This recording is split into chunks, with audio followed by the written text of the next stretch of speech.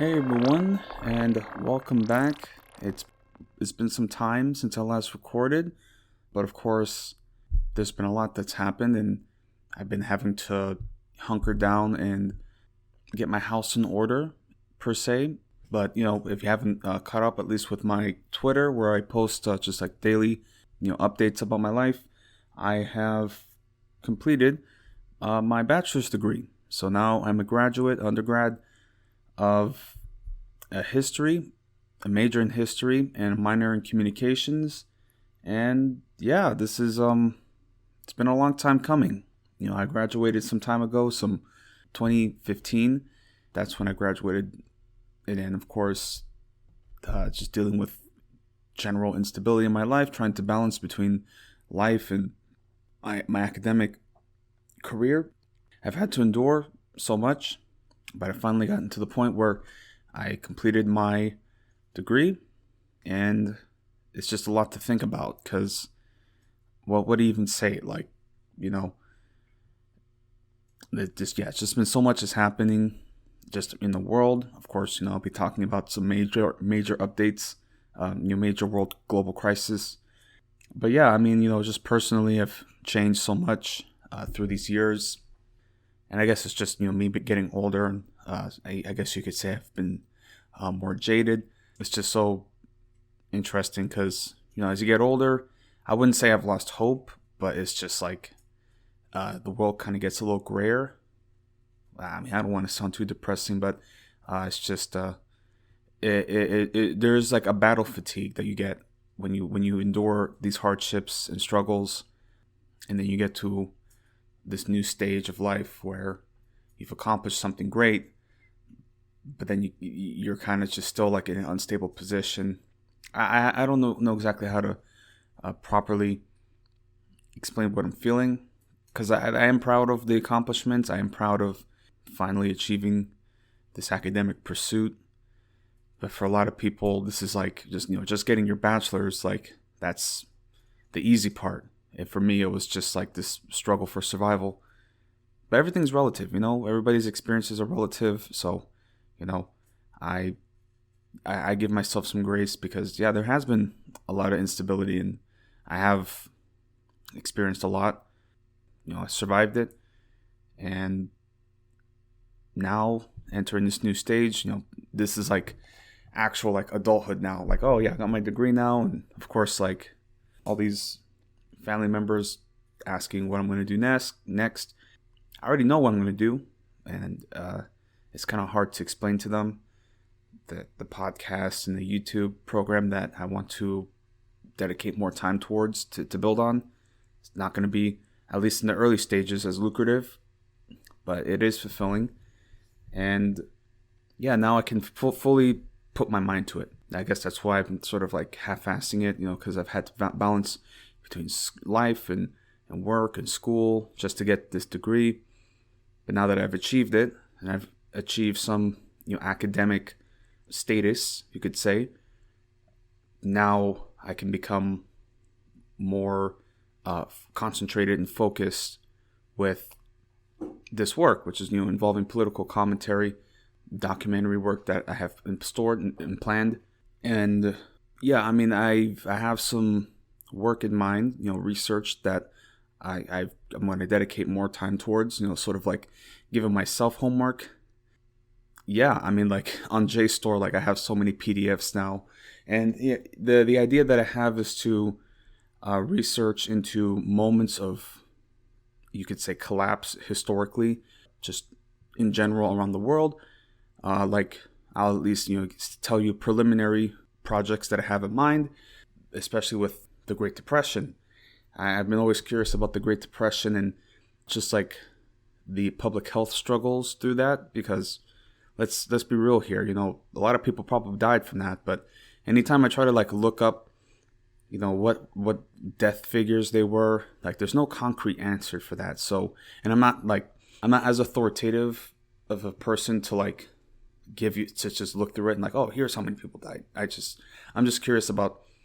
Yeah, I'm going to try to have to look at it more systemically, like what public health adjustments were made during that period to address this economic crisis. And then also there's the Dust Bowl, which is more of an environmental disaster. I mean, it's pretty much an apocalypse. So the Dust Bowl is also another subject matter that I would like to research on. And, I'm trying to figure out, or I'm trying to, download these PDF articles to research into. But that's at least, because I have other, projects and articles like downloaded. That's just like an idea of like historical circumstances that I'm going to research into and produce into a video. So that is going to take some time. I should have at least done some work beforehand, but there's like for myself, I'm the kind of person that I can't overload myself. I can't overwork myself because that's what's been causing these struggles. I get overworked and I basically start to break down, like I just burn out. So that's why I kind of took it easy for at least this semester, just to like focus on my academic work for the classes, get my grades up, and also just work and pay the bills. So yeah, but this is a new stage. It's just so interesting.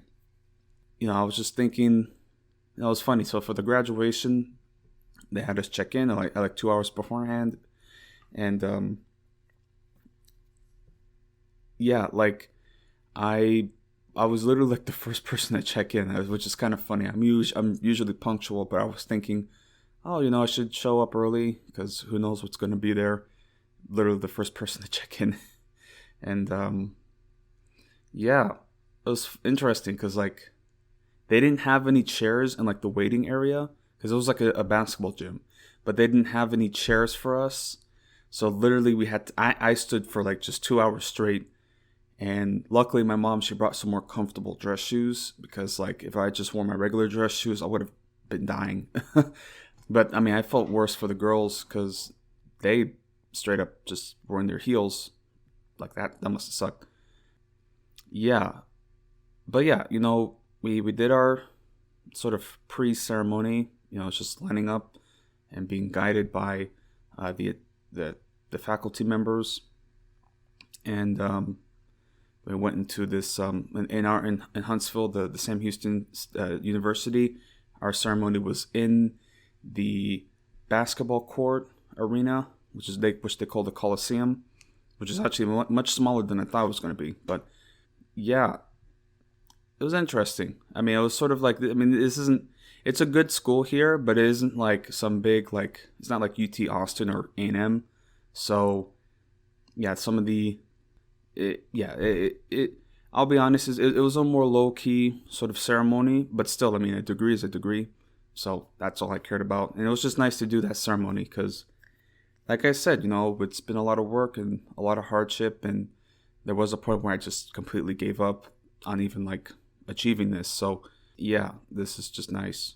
And, I was thinking about my grandmother, and it's just, these sort of like generational, like, journeys that occur, like especially when I think about my grandmother, it's really emotional. Like I was almost crying at the pre-ceremony because I was thinking about my grandma and what she had to live through in the Dominican Republic. Really primitive lifestyle. Like I mean, really, like she was a peasant, and her aspirations and dreams for her children and grandchildren, and how her in one generation. I mean, I'm not a first generation college student because my father, he was a chemical engineer, so I'm not gonna, that's like another achievement for some other, especially immigrant families. So I'm not gonna sit here and claim I'm a first generation college student because my father, he's a chemical engineer, which is like, that's pretty good. Like like I could never, yeah. So but yeah, that still, there's that generational journey. My son, he graduates as a chemical engineer, and then my grandson graduates as a historian. My sister, she has a human resources degree. So yeah, I mean, it's just, we made those journeys and those steps. That's, I talk about the American dream, how, it's basically like bullshit, but like this is the American dream, right?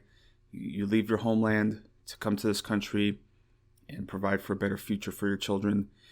Not to say that if I was still in DR, like honestly, because I have cousins that live very well out there. So I probably would have lived a comfortable life. But, it's like, yeah, I was thinking about that, and I was sort of, getting emotional about it. I'm pretty emotional thinking about it now. But yeah, but now that I think about, what's next? Because again, like, my father was at the ceremony, and I mean, him and I aren't really on the best terms, but it was nice for him to be there. And of course, one of the first questions he asked was, what's next? I'm just like, I don't know. I just don't know. As I'll expand on further in this episode, I want to be unfiltered in the views that I express here, and working sort of that 9-to-5, safe job is going to be difficult, especially with these radical, quote unquote, radical opinions that I'm going to express. But yeah, of course, if I say to them, I'm going to do a podcast and I'm going to do YouTube, it's not going to be fully accepted. But this is what I have to do. This is the work that I need to commit towards. Because, I mean, it's sort of like, what else am I going to do? Because otherwise it's just, I'm going to be living a lie. That's pretty much what it's going to feel like. At least with this is my work and my project that I'm going to build on. I mean, this is ambitious if you really think about it. Sure, yeah, I mean, it's a podcast, so everybody has a podcast, but at least with my podcast and my YouTube, supplemental videos that I'm going to work on, it's I'm using it as a real platform, because a lot of podcasters, they'll just have the platform to just talk about sports, and it's not necessarily a bad thing, but it's just more of the same stuff, right? Like, you either hear sports or you either hear like social media drama or financial, like hustlers. There's a lot of those, like, hustler culture, either, pushing some crypto scam. Yeah. So, at least here with my program, my plan is to speak on current events, give you my perspective on this in a larger perspective of Collapse, as we document and basically live through this climate crisis, this mass extinction, this growing police state, and as we're seeing here, genocide around the world, Holocaust unfolding in real time. There's much to discuss on, and the future is we don't know what's going to happen. That's the thing. The future is unfolding, and as I say, I've said before, like, history is right now. So, like, as a historian, now I have authority to speak on these current events and provide a broader context to it. Because again, there's a lot of propaganda going around, and most of that propaganda is in the support of the status quo. But yeah, so I've spoken quite a bit, and this is a bit of an intro, just to warm things up before I expand on the main meat and potatoes of this show. And if you've been listening at least this far, definitely appreciate it. And I would encourage, as I will be doing this more full time, of course, I will be putting ads in this program. But if you want the ad-free versions of this show, you can check out my Patreon. As little as $1 support, and you can get early access to these podcasts. And I'm also going to have to figure out, because again, like social media, like management, I'm going to have to see about better working on that, especially with the Patreon, because of course they have the tiers. So I'm going to have to do, as I research and produce videos, more like Patreon exclusives to like incentivize those higher tiers. So that's going to happen in time. But of course, with this podcast, I'm going to release it at least bi-weekly, and you can have early access with $1 support on Patreon. Otherwise, I'm going to continue on. And with this show, what I will be discussing mainly is the current humanitarian crisis within Gaza, in the wake of the October 7th attacks from the group Hamas, the Palestinian militant group that is resisting Zionist occupation from Israel. Now, that might be controversial to say out loud, but that is the fact of the matter. and I will be explaining further my thoughts, at least, and other historical contexts about this situation. This, you may call it a war. There is an ongoing battle in Gaza, but primarily this is a humanitarian crisis and a genocide that's being waged from the Israeli occupation. A final solution, as they will openly admit. Again, I might say some radical, controversial comments about Israel's actions in Gaza, but they kind of speak for themselves. Like they pretty much just openly say, like, no, we're going to kill everything. We're going to kill everybody. We're going to push them into the Sinai Desert. That's their plan. That's what they're actively carrying out. They're killing thousands and thousands of civilians. They don't view Palestinians as civilians. Like, they don't. This is a routine propaganda point that they're trying to push, that there are no innocent civilians here. Yeah, man, this is sickening that this is happening in 2023. In a lot of ways, this sort of conflict, this feels like the final, like, conflict that either breaks Israel or Gaza. Like, that's what stakes are at play. And this also has a broader concern, broader implications for the region, because they're bombing Lebanon. Israel is bombing Lebanon. They're bombing Syria. Like, they straight up bomb Damascus regularly now. They've been doing it for years now. There was like a border skirmish between Egypt, supposedly. I mean, Israel has this fear of them being wiped out. So this is a subject matter that I'm also trying to research into, about like generational trauma, that they keep invoking the memory of the Holocaust, and they keep invoking this idea that we were victims before and we were almost wiped out, and we're never going to let that happen again. But what they're inadvertently creating by being constantly on guard, and like, as they like to carry out like these preemptive strikes against supposed enemies, they're creating more and more enemies. When you are living in a militarized society, as Israel is, it's a militarized colonial society, everything is a threat. Any foreigner is a threat.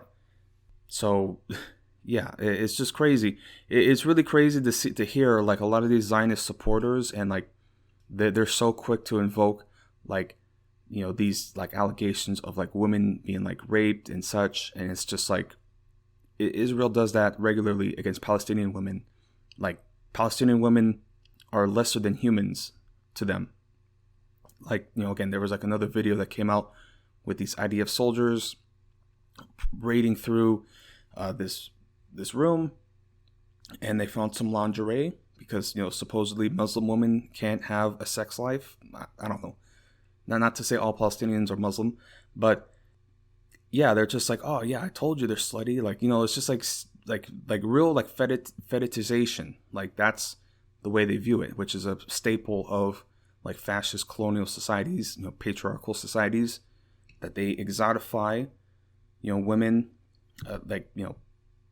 say like the Orientalist, right? The Arab women are seen as like exotic, but of course they're Muslim, so they're still like sinful. Like, it's just, yeah. So yeah, there's just other things at play that are just demonstrating the hypocrisy of the Zionist camp. And again, I want to be very clear. I say this very explicitly. When I say Zionism, it is the ethno-nationalist ideology. Because, again, like, I'm not going to speak poorly on Judaism. I don't believe Zionism represents Judaism.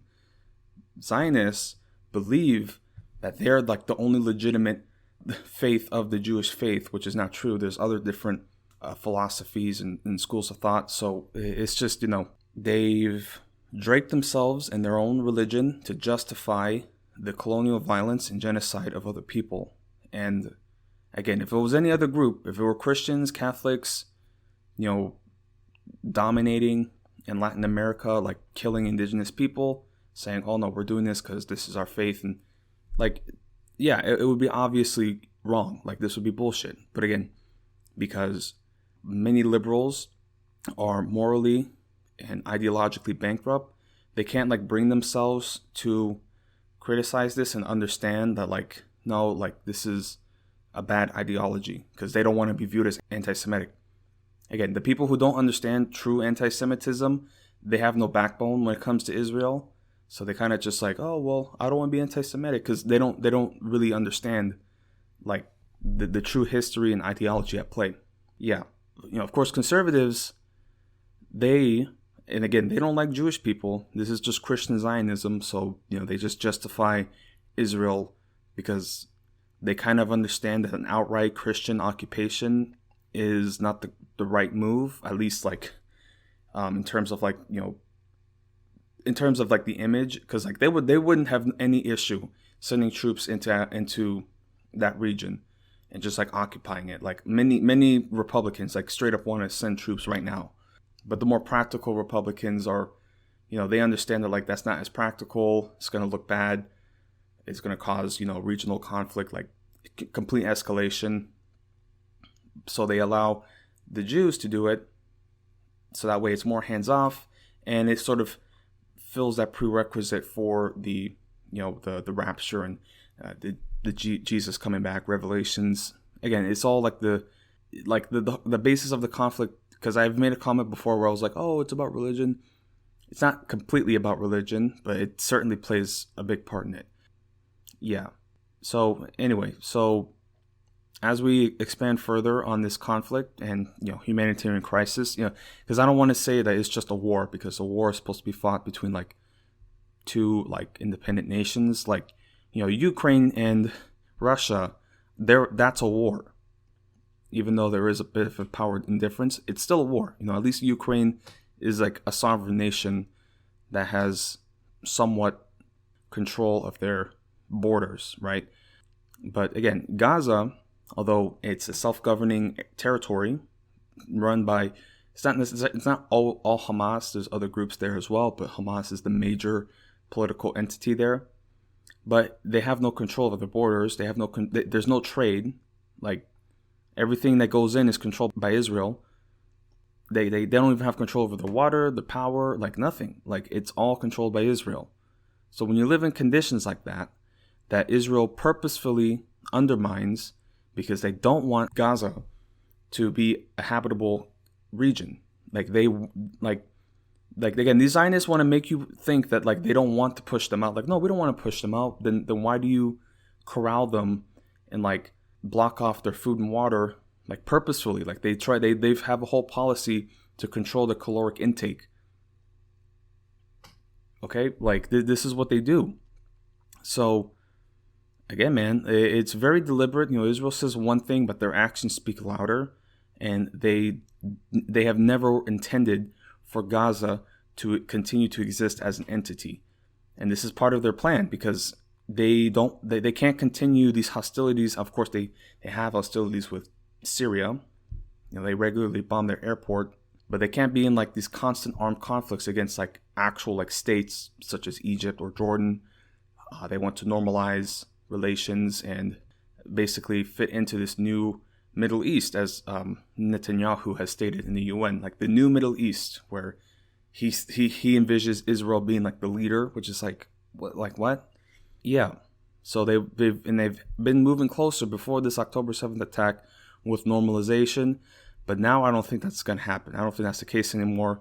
I think Israel has completely ruined its reputation. I mean, not just in the Middle East, but the whole world stage, like with the global South, Latin America, even Europe. Although, like, like the UK and other European nations they're very much in support of Israel, but now you're seeing, like, the cracks starting to form where it's like, oh, like, we might have been on the wrong horse. So, and of course, the United States is going to unconditionally support Israel, as we saw with this UN vote. Like the UK abstained. Okay, the Security Council, the UK abstained, but the United States voted against. The only nation against immediate ceasefire. Like, it's truly, like, sickening, And again, like, just the arrogance and the callousness of it, because there's just no, like, of course we're not going to have a seat, like, like, they don't care. They're talking on the one hand about a humanitarian concern, but then they're like, oh, well, we'll establish these safe zones in Egypt, or, like, hey, why doesn't Israel establish a safe zone if they're truly concerned about the humanitarian issue at hand? It's like, no, they don't want the humanitarian zones in their own country because they view the entire civilian population as combatants. Like, that's, and you're seeing it right now. Like, they told them to move south. They gave them initially a 24-hour notice for like over 1 million people to evacuate into the southern half. Like, they just said, you need to evacuate within 24 hours. It's like, what? And again, like, even with like, because they extended the deadline because they gave them a couple weeks before the actual invasion started. But still, like, the people were moving south, and now they're bombing the south, and they're even putting troops into the south now. The hospitals there, like there's people who have amputated limbs because Israel's bombing them, and then they're suddenly being told to move south. Like, they can't do that. There were babies in the incubators. They always talk about the babies in the incubators, right? But then when Israel actually kills like dozens, all 40 in one hospital, they all died. Another hospital, they just they didn't do anything. They just let the babies die. This is what Israel does. They're baby killers. It's just, I'm just thinking about, because this last 2 months I've seen hundreds and hundreds of images of dead children. It's just, because the more I see it, it's just, I'm not numb to it. It's just devastating, and it's just so sad. Of course I can't cry every time I see a dead child, but it's just unbelievable, man. And then I'm seeing dead children, like dozens of images of dead children, and then I go about my daily life, and I'll go to a grocery store, and I'll see a mom with her kid, and it's just like, it gets to you, man. It's just like, oh my God. And there's no concern, there's no urgency to hey, this is wrong. I was talking with my mother about this the other day, and even she's very much in support of Israel, but even she was just like, what are they doing? They're just bombing everything. Like regular people who even are in support of Israel can see that this is bad, that this is inhumane. And then of course they've cut off all food and water. Okay? They have to bake bread. They're trying to invent all different kinds of ways to cook bread. And you see some of these images now, a lot of them now are very much in the stages of starvation and malnutrition. And they were already there was already 90% undrinkable water. This is just unbelievable. And anybody who says that Israel has every right to continue this, that's not a human being. That's just not. I'm sorry, man. Because again, when World War II was happening, and you saw the ghettos in Warsaw and Krakow and all these other Eastern European cities where Jews were rounded up and starved out before being transported to camps, there was no mistake that was inhumane. And when they fought back, that there was no mistake with the ghetto uprising in Warsaw, that they were justified in doing so. This is what it is. It's a Warsaw ghetto uprising in modern time. We have Twitter. We can see what's happening in the ground. I mean, dude, those journalists on the ground, say Motaz or Plestia, all these other journalists, they truly are the best of the best. Wow. When I initially wanted to do journalism, that's what I envisioned myself doing, being in the field. Of course, I don't have that same level of bravery, but it's not even about bravery. This is their home. They have no other option. Where are they going to go? It's just unbelievable that we're following people in real time on social media, watching them die. They make a tweet and then they fucking die. Okay, just recently they had the poet Rifat. I hope I said his name right, but yeah, he died. It's just unbelievable, man. And then you go on TikTok and you go on Snapchat Maps. You can go into Tel Aviv and all these other Israeli cities. Everybody's partying. They got clean water. They're making jokes about it. They're on TikTok. You have Israelis on TikTok flushing their toilets, drinking out of the tap. Just be like, oh, look. Oh, I'm turning the lights on. Haha, look, I got clean clothes. I'm eating a full meal. It's a joke to them. And they want you to believe, these propagandists want you to believe that Israel is fighting this existential war of survival where it's either us or them. It's like, no, man, like, you can go back to wherever country your grandparents came from and you can live a pretty comfortable life, okay? Like, you are not a refugee, okay? You know, like, this idea of coexistence now is not, like, I mean, it's still possible, but it's going to take generations of healing that the Israelis are going to have to own up to, which they're not going to do, okay? It, like this, yeah, again, you know, I was talking about generational trauma. Like, what the Palestinians are experiencing is a level of trauma that will take hundreds of years to heal from. Like, possibly over millennia, because this is nothing like what Jews have experienced. Nothing, okay? You know, because imagine the Holocaust, but over 80 years of that. That's what Palestinians are living through, okay? I'm not saying that Jews haven't, of course, like, Jews have experienced historic discrimination, pogroms, but, like, this is nothing that's been seen since, like, World War II. Like, you know, not even the Inquisition was this bad, okay? I mean, dude, like, and again, that's the thing. They're making comments about anti-Semitism, but anti-Semitism is primarily, like, a European phenomenon. If you research about the Middle East and, you know, Arab North African societies, like, Judaism was far more accepted, not fully accepted. Not saying that there wasn't discriminations, but, like, that's where they fled to after all these inquisitions and pogroms in Europe. They went to the Middle East and North Africa. It's just, dude. And then you even, like, consider, like, the Crusades. Like, how do you think Jews were treated after the Crusades in Jerusalem versus, like, yeah, it's just, anyway, it's just unbelievable. Unbelievable. Like, if there were any group saying, because again, like, they make this ancient right to this land, which is like, you know, if any group were bringing up this, like, Bronze Age blood right to some region, some patch of land, that would be thrown out the window immediately. But, of course, when the Zionists saying this, because, oh no, because we Jewish people, we're the only people who have ever experienced trauma and genocide. Nah, man, like, you know, I have West African heritage, okay? I'm Dominican, and I have West African heritage, okay? I don't even know what part of West Africa, okay? That's how detached I am from that heritage, but it's there.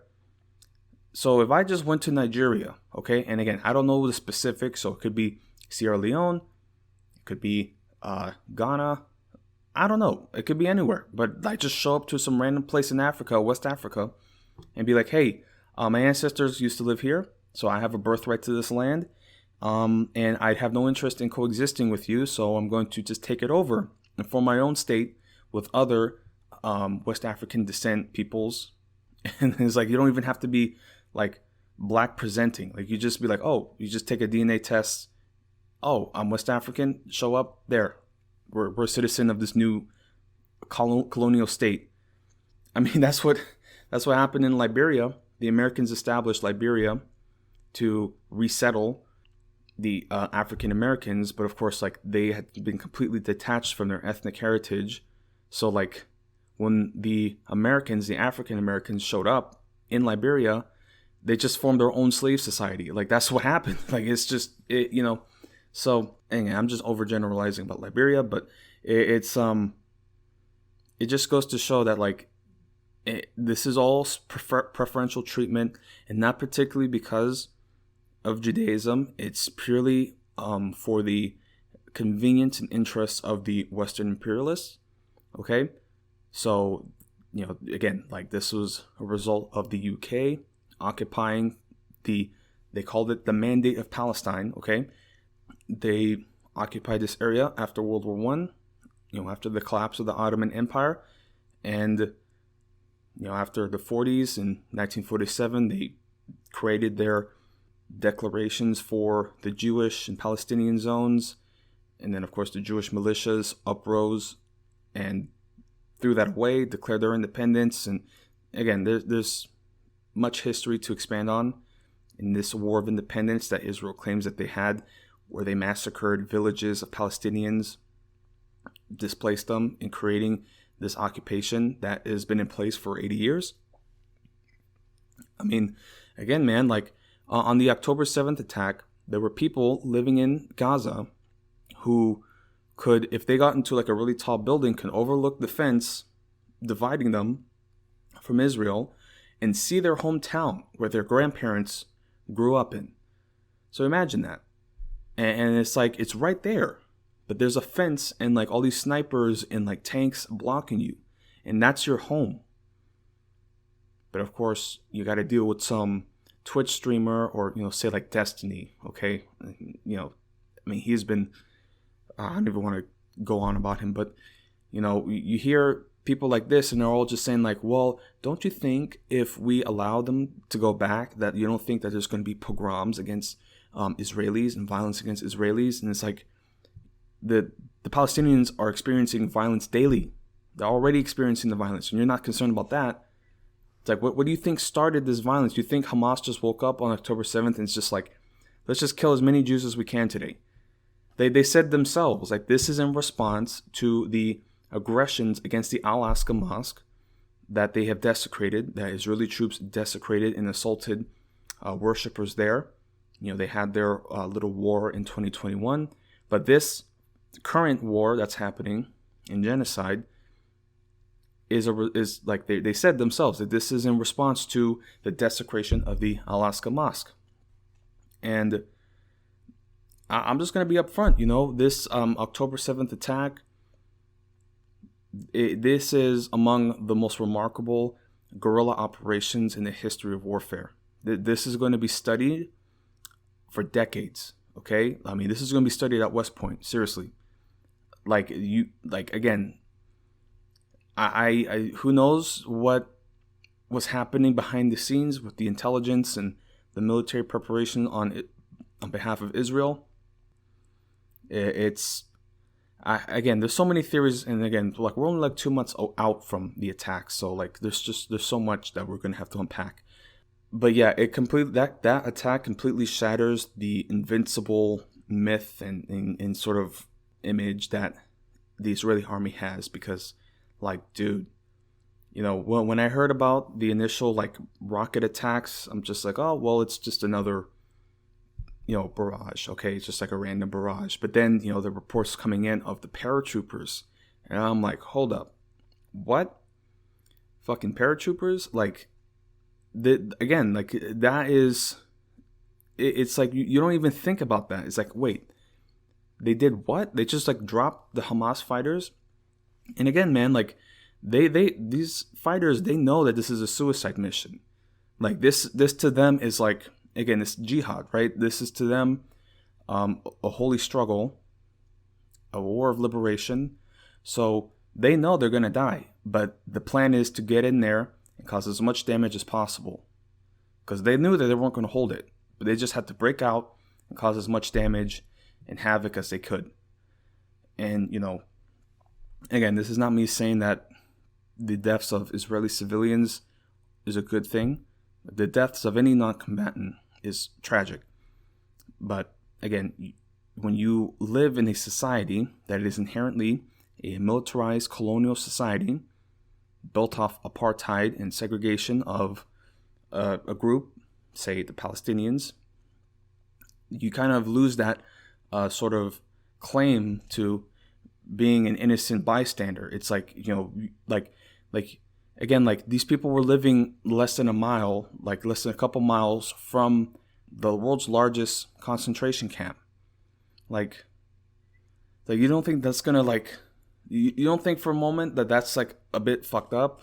Like, the people in Siderot, they would like hang out at the hilltops and watch the Gaza Strip being bombed. Like that was a form of entertainment for them. Like you want me to think that, oh well, they're just innocent little they're just children. Oh, those poor Israelis, laughing at Gaza Strip, the world's largest concentration camp, getting bombed, where like over 1 million children have to survive. Like the average age is like 18 years old. Like, come on, man. Like, this is messed up what they have to live through in Gaza. And like, this is only a matter of time before they break out. And that's the arrogance of the Israelis. They thought they were untouchable. They thought they could get away with whatever they could because they're in there, they're corralled and trapped, and we can do whatever we want. We control everything. They understood that they controlled everything, and now they don't have control. And that's why they now want to destroy the whole strip. And they're trying to say, no, we're doing as much as we can to preserve the humanitarian conditions. They don't. They want to wipe out everything. Okay, that's what they want to do. Like, it's crazy. Like what we're seeing right now, even though it's like atrocious and horrible what the Israelis are doing, there is a level of restraint because the United States, under this, and I say liberal, progressive in quotations, but like Biden, of course, is a staunch supporter of Israel. Like, I mean, you can look up his older videos. He said himself, if there was no Israel, we would have to invent one. So he's a staunch supporter.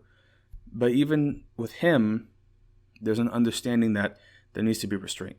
There needs to be some sort of holding back. It's crazy.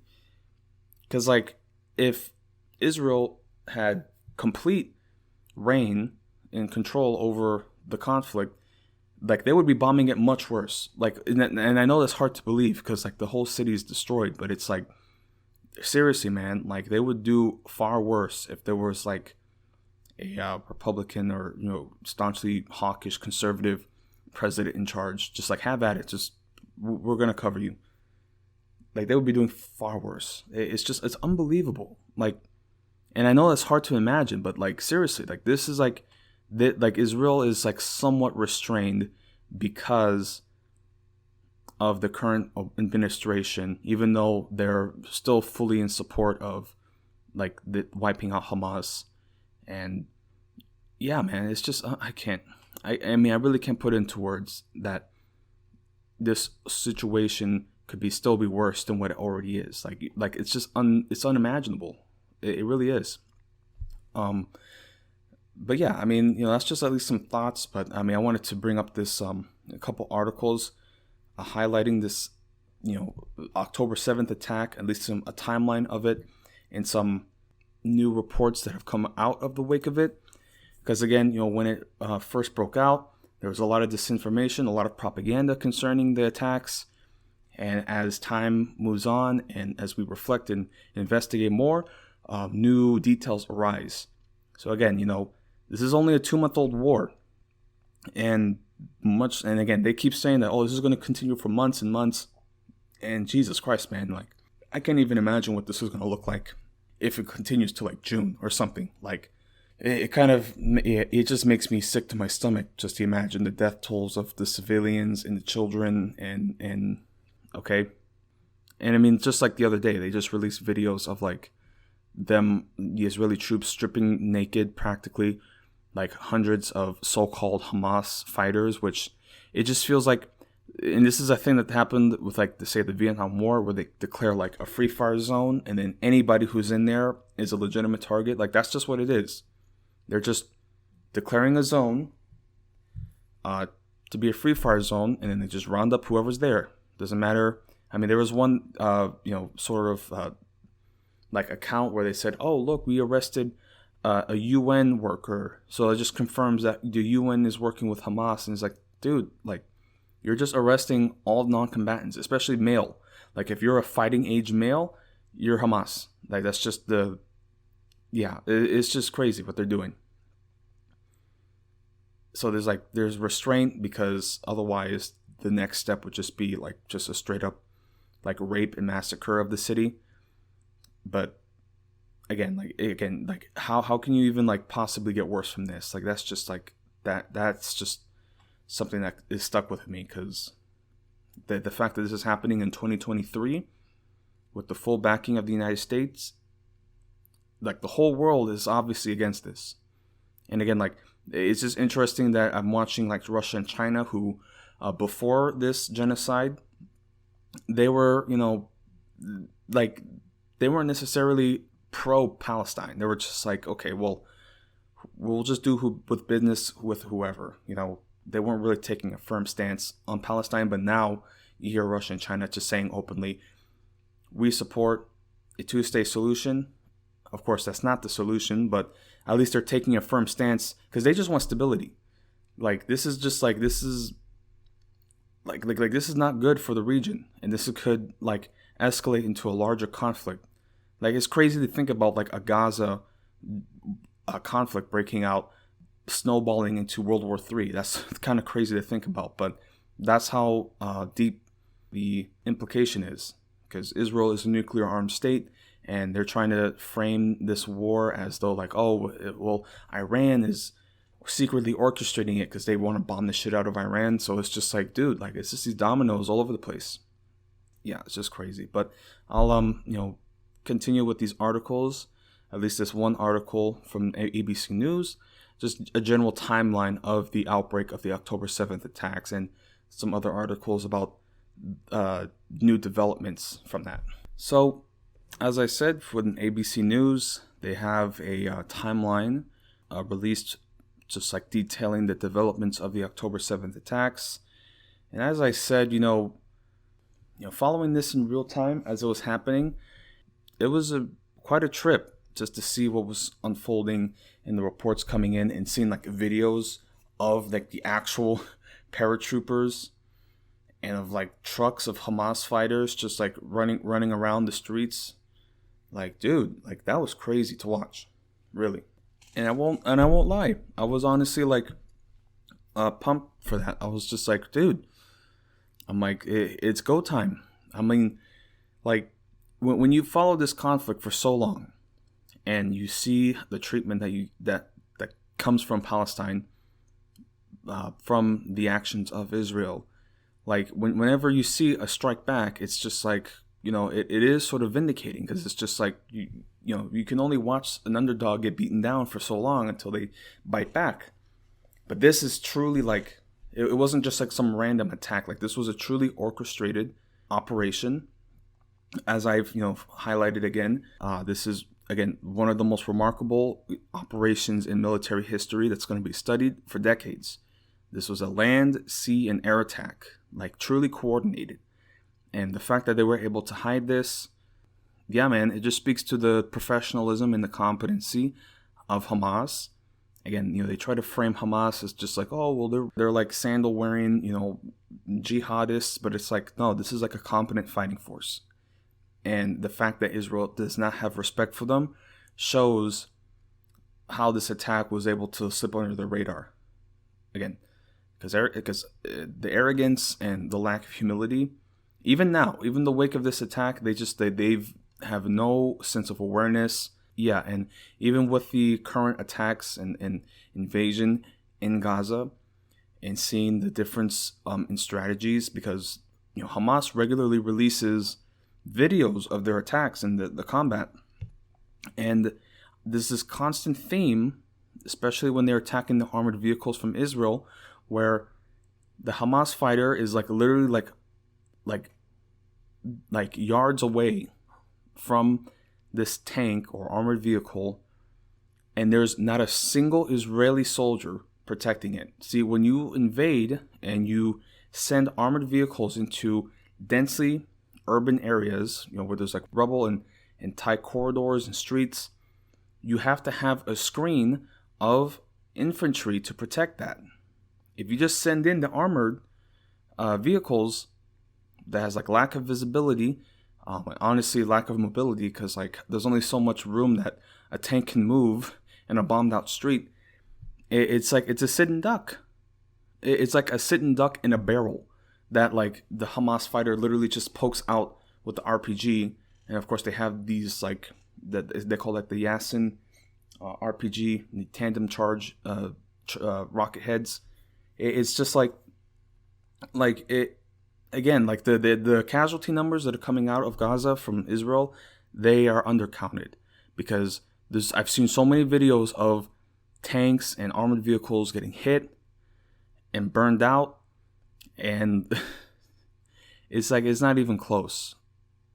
And again, that's why Israel has to just bomb them, because they can't send in infantry. They're fucking cowards. Because if you send in infantry and because like that's what you have to do. You have to actually control the area. Just because you send your vehicles in doesn't mean you have control of the area. So, and that's going to require like thousands of casualties, like, dead and injured, to send troops and to control street by street the Gaza Strip. So that's why they're opting for just complete genocide of the population, because that's one way to defeat Hamas. Just kill everybody. That's what they want to do. But of course, they have to appeal to the progressive, so-called liberal progressive West, that they're bloodthirsty, but they can't be as open as they were before. So it's just, anyway. So reading on the October 7th attacks and just the actual outbreak of this violence and the operations that were taken into account by Hamas, it's just remarkable. So reading on this timeline and just like the steps that occurred, this is just a rough sort of timeline of the attacks on October 7th. Now, this attack in Israel, the first opening rocket barrages occurred on 6:30 a.m. in Israel, October 7th. So from 6:30 a.m. in Israel, that is at least 10:30 a.m. local time, Texas. So I'm trying to think what I was doing, because I probably got off of my DoorDash shift and I was just fucking around on my computer, and then just seeing the news sort of stream in on Twitter and all these different OSINT accounts. Again, initially you hear about air raid sirens, rocket missiles being launched. It's like, okay, well, this is typical. Maybe they're just launching an attack, or they're launching this missile attack. And then, if I remember correctly, there was a Jewish holiday, so I was thinking that's probably tied in with that. But then, of course, more news comes out. So yeah, as I said here, from ABC News, air raid sirens begin sounding in Jerusalem around 6:30 a.m. local time, warning citizens of the attack in progress and to immediately take cover. An estimated 2,200 rockets were fired towards southern and central Israel, including Tel Aviv and Israel, by the Hamas militants. So, yeah, continuing. Just to read about, again, just shortly after the missile barrage starts, Mohammed Deif, commander-in-chief of Hamas's military arm, Al-Qassam Brigades, releases a video statement claiming responsibility for the attack. So, yeah, that is their initial statement. Of course, they are saying that this is the Operation Alaska Flood. That is a retaliation over the desecration of the Alaska Mosque, attacking worshippers. And again, when you see videos of the treatment of Palestinians and worshippers at the Alaska Mosque by these police and armed military guards, it's like how can anybody justify this? They're literally they try to claim, oh well, you see, I'm for coexistence, but then how can there be coexistence if they're literally attacking peaceful worshippers just unprompted? That's what they do. This is what Israel does, man. So yeah, so now Israel at war. Continuing, Israeli jet fighters launched retaliatory strikes in Gaza. So they bombed Gaza straight away, just straight away. Video surfaces of the high-rise building and the Al-Susi Mosque in Gaza being bombed and flattened. And of course, Israeli Prime Minister Benjamin Netanyahu tells his country Israel's at war. So continuing, okay, because I thought they were going to have, because they just did October 7th. But yeah, so they had the missile barrage, and of course they had the infiltrations into the local kibbutzim. I think that's what they're called in plural form. The kibbutzim, those collective towns that live right on the border of this camp, this Gaza Strip, concentration camp. And of course, hundreds of people died. And there's also reports that the Israeli forces that responded and to reoccupy the area, they just indiscriminately killed everybody. That's many Israeli survivors are saying that now, that they There were people who died in a crossfire or just straight up bombed. In fact, like the majority of the hostages that, everybody's claiming to bring back, bring back the hostages, like they're dying because Israel just bombs indiscriminately. And in fact, there's the whole alleged Hannibal directive that they have to, say that, they would much rather prefer to kill hostages than to have them be captured and be used as like a propaganda tool. Like that's like, this is what Israel does. They claim to have, concern and, for the security and safety of civilians, but if it can benefit them, they'll kill them. Like that's what they are. So October 8th, at least 30 Israeli police officers are killed in the fighting, mainly in Sderot, where Hamas gunmen took control of a police station. Israeli officials announced that fighting is ongoing in 6 places, including Sderot, sits just 2 miles from the border with Gaza. So again, they're within 2 miles, okay? Like imagine living in a little suburb, because this is what these areas are. They're developed suburbs, and then 2 miles away, there's a fucking concentration camp, okay? And these folks in Sderot, they know that, and they take pleasure in watching the population of Gaza get bombed. It's a form of entertainment. So again, like I have no sympathy for people who live in these sort of places. Like why would you like why should I be expected to feel sympathy for folks who like knowingly live next to this tragic sort of conditions where like millions of people, 2 million people are trapped, and they knowingly control the food and water. But then when those people break out and start killing you, oh my God. It's like, oh my God, I'm the victim here. It's just unbelievable. It's the same mentality as the American settlers whenever like Native Americans would raid their towns and their farms. It's like, what do you think you did to them that would cause this attack and cause this retaliation? You're on their land. Like seriously, man, like a lot of these villages and towns, these kibbutzim, they're built on the ruins of Palestinian villages and like mass graves of Palestinians. Like this is, they know this, they hide it.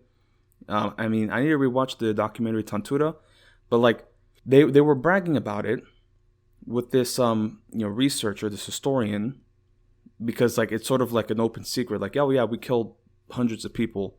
And then once it got mainstream attention, then they started attacking this historian because they got revealed for the thing that they were bragging about that everybody knows happened.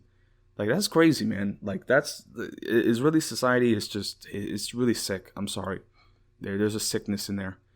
But yeah. And then also they're showing, again, like there was another instance where there was rave. There was a music festival, again, within a couple miles from this prison camp in Gaza. Like they're just having a rave and just just dancing. And then of course the Hamas fighters landed in this music festival and they massacred the partygoers, which again, I'm not saying that's a good thing. Again, I don't like anybody dying, but again, if we were living, back in World War II, and then like a bunch of German teenagers had a rave or some sort of music festival outside of Auschwitz, do you really think that I'm gonna be like sympathetic to that? Especially if like the Auschwitz survivors and like the camp prisoners break out and kill. Like, do you want me to like, oh no, those poor German teenagers who were like partying and raving in front of Auschwitz, they're the real victims here. I'm just like, no, I just, it's just like don't I can't with it. It's like, again, like I don't like violence, but if you inflict violence against people, then don't be surprised when they fight back. It's just the fact of humanity. Like, you can't do this to folks. Anyway, so of course they have these opening days of conflict and massacres that are occurring. But yeah, let me look a little further, because that's sort of like the opening, October 7th, October 8th, where there was just that chaos. But let me see here. Okay, just a little further. So yeah, those are the opening weeks. And of course, I wanted to highlight about this new phase where the actual ground offensive and invasion unfolds. So here, Prime Minister Netanyahu announces that the war on Hamas has entered a new phase, including increased aerial attacks and broader sustained ground operations. So here they talk about the November 1st Jabalia refugee camp, which is just another camp that was bombed.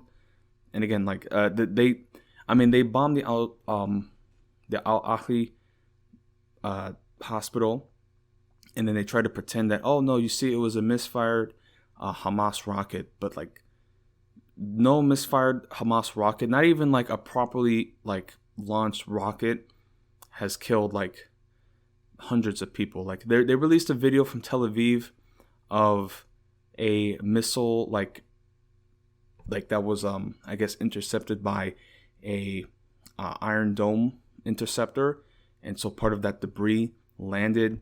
Like it was almost like a Looney Tunes like cartoon. Like it was just like a piece of debris. It hit the tree, so that sort of broke the fall, and then it landed a couple of feet in front of this Israeli that was just like minding their business, shopping.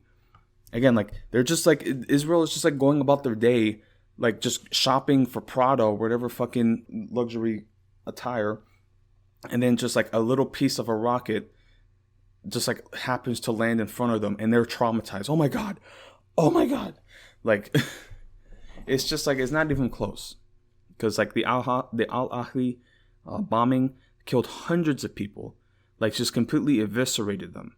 And they're trying to play that off as like, oh, it was a piece of a rocket and that misfired. Like, dude, it's just like, the propaganda is crazy.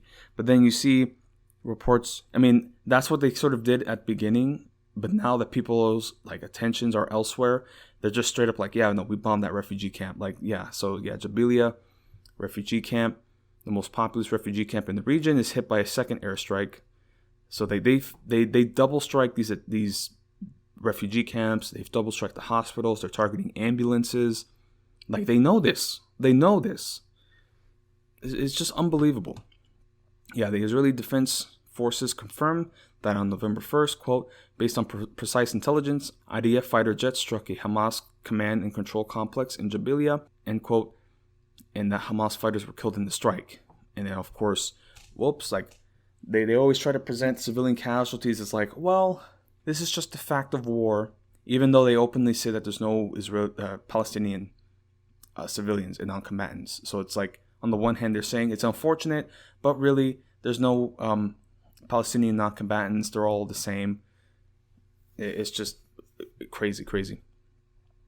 And I'm going to continue further here. The IDF says, quote, Hamas deliberately builds its terror infrastructure under and around within civilian buildings, intentionally endangering Gazan civilians. The IDF says, quote, the IDF has been urging Gazans in the neighborhood to evacuate as part of its efforts to mitigate harm to civilians.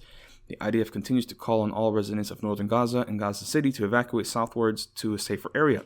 It's like they tell them, oh, we're going to bomb this area, please evacuate. And then they bomb them as they're evacuating.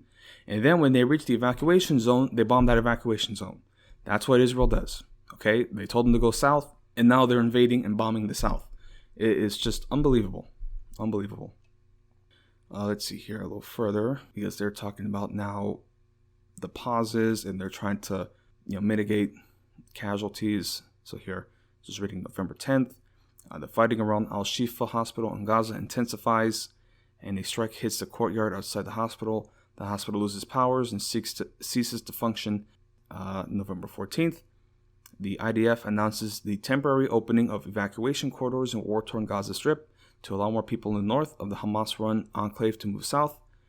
A safe passage will be open for humanitarian pauses. So they say like 4-hour pauses, but again, like this is all bullshit. Yeah, via the Salah al-Din highway toward the area south of Wadi Gaza between 9 a.m. and 4 p.m. local time, according to the IDF. So again, let's see here as well, November 15th. The IDF says its ground troops are continuing to carry out a precise and targeted operation against Hamas in a specified area of the largest hospital in the Gaza Strip. Again, they said, oh, well, they went into like the MRI complex and like, see, this is where all the guns and weapons were. And it's like, well, this is the MRI. Like, why would they leave all the weapons next to a giant magnet? Like, it's just fucking unreal. And again, like these hospitals, like the ICU, the babies in incubators, like they died. Like they it's just like unreal. Like, if there was actual concern for the civilian populations, the humanitarian conditions, like they would have had their own medical personnel immediately enter the area and take over operations to take care of the Palestinians. But they haven't done that. They just let them die. Let me read a little further. November 16th, Israeli ground troops continued to carry out a raid on the Al-Shifa hospital for a second day. A spokesperson for the IDF tells ABC News that, as of 1 p.m. local time, soldiers were still inside the hospital some 34 hours after launching the raid. The body of Yehudit Vaiz, a 65-year-old woman who was abducted by Hamas on October 7th, was found at a structure adjacent to Al-Shifa hospital. Let's see here. Just continuing further. November 20th, more than 24 premature low birth weight babies have been evacuated from Gaza to Egypt to receive specialized care. A joint mission between the United Nations and the Palestine Red Crescent Society, led by the World Health Organization, evacuated 31 babies from the embattled Al-Shifa Hospital in northern Gaza to Al-Hilal Al-Emirati Maternity Hospital in southern Gaza over the weekend. So there has been at least some coordination, but again, this isn't the case for everybody, especially the most vulnerable. Again, the children that have been born here, like there's been babies that were born and died in the span of this war. Like, imagine that, a whole lifetime spent in literally the worst conditions on the planet right now. The worst, most atrocious, violent conditions. That's your whole life. For, like, I read one baby lived for 17 days. It's just unbelievable, man. Because I'm getting that age now where, I start to think as a parent. I'm not a parent, but, I'm going to be in my 30s soon. And I'm paternalistic even with like other people's children, because it's just like, how can you not? It's like it's something that's in you. But yeah, man, it's just like it's just crazy to me just to see children like dying like this, man, violently too. It's unbelievable. But then you see other videos where like the kids are in the evacuation shelters, and somehow they're still keeping spirits up because they're kids. Like that innocence still comes out of them. And one kid, or like multiple kids I saw, like they have nothing but the clothes on their backs, and like literally like they're like, oh no, I have to save my cat. Like they have their pet cats because that's like everything for them. And I just, wow. Again, there's so much bravery and humanity out of every Palestinian that's living there, and like I see nothing but cowardice and arrogance and just bigotry and hatred from the Israelis. They're cowards. They're cowards. There's nothing brave about what they're doing here, because like none of this would have happened if Israel didn't occupy and treat them as lesser than dogs. Okay, like they're not even like, they call them, they're like below that. They're not even like animals. They're just like they call them like, oh, this is between good and evil. Okay, this is like, they're like dark, they're like this dark lord orcs, right? Like that's the way Israelis view Palestinians, every Palestinian. Okay, like all these Zionists that were raised and eventually like broke free from that hatred. So now that they're no longer Zionists, they're now anti-Zionist Israelis. They'll tell you, they said straight up, like, yeah, I thought they were all going to kill me and rape me and all these things. And then all I had to do was have some basic human empathy and see from their perspective. Like, there was one, like I read one, account from Zionist, anti-Zionist, reformed Israeli. And he was just like, yeah, no, I just went through the checkpoints just to see what their lives were like, and that one experience alone broke like all this programming, because like it's unacceptable like how anybody can live like that. And like he's like I felt like again, like that short experience, like pretty much like just like an afternoon going through checkpoints. And I think he said like he sort of like deliberately like didn't present himself as Israeli just to see what would happen, because he did look, again, like a lot of these Palestinians and the Israelis, like they look very similar. So it's like, and again, like actually, like a lot of Israelis have been killed because of friendly fire because they were perceived as Palestinians. So like his experience sort of presenting himself as a Palestinian, like that just broke everything, because it's just like, oh my God, like that one experience, like an afternoon of checkpoints, he was just thinking like that pissed him off. And then like a whole lifetime of that, he's like, dude, of course I would fucking fight. Like it was a no-brainer to them, So yeah, just continuing here. Okay. And then of course they had the eventual hostage exchange sort of around like Thanksgiving time. So it's sort of crazy to think about the lengths to which Israel and Palestine have, or I should say Hamas, because this is Israel and Hamas. Like the way that I interpret that sort of like pause that they had the truce to have the prisoner exchange, the way I can interpret that is that Israel is facing hardships and struggles with the ground operations, because if they had complete confidence and control over the situation, they would have never negotiated with Hamas, and they would have never agreed to a pause for prisoner exchange. Because if they wanted a prisoner exchange early on, then they would have done it within the first days and the first weeks of it.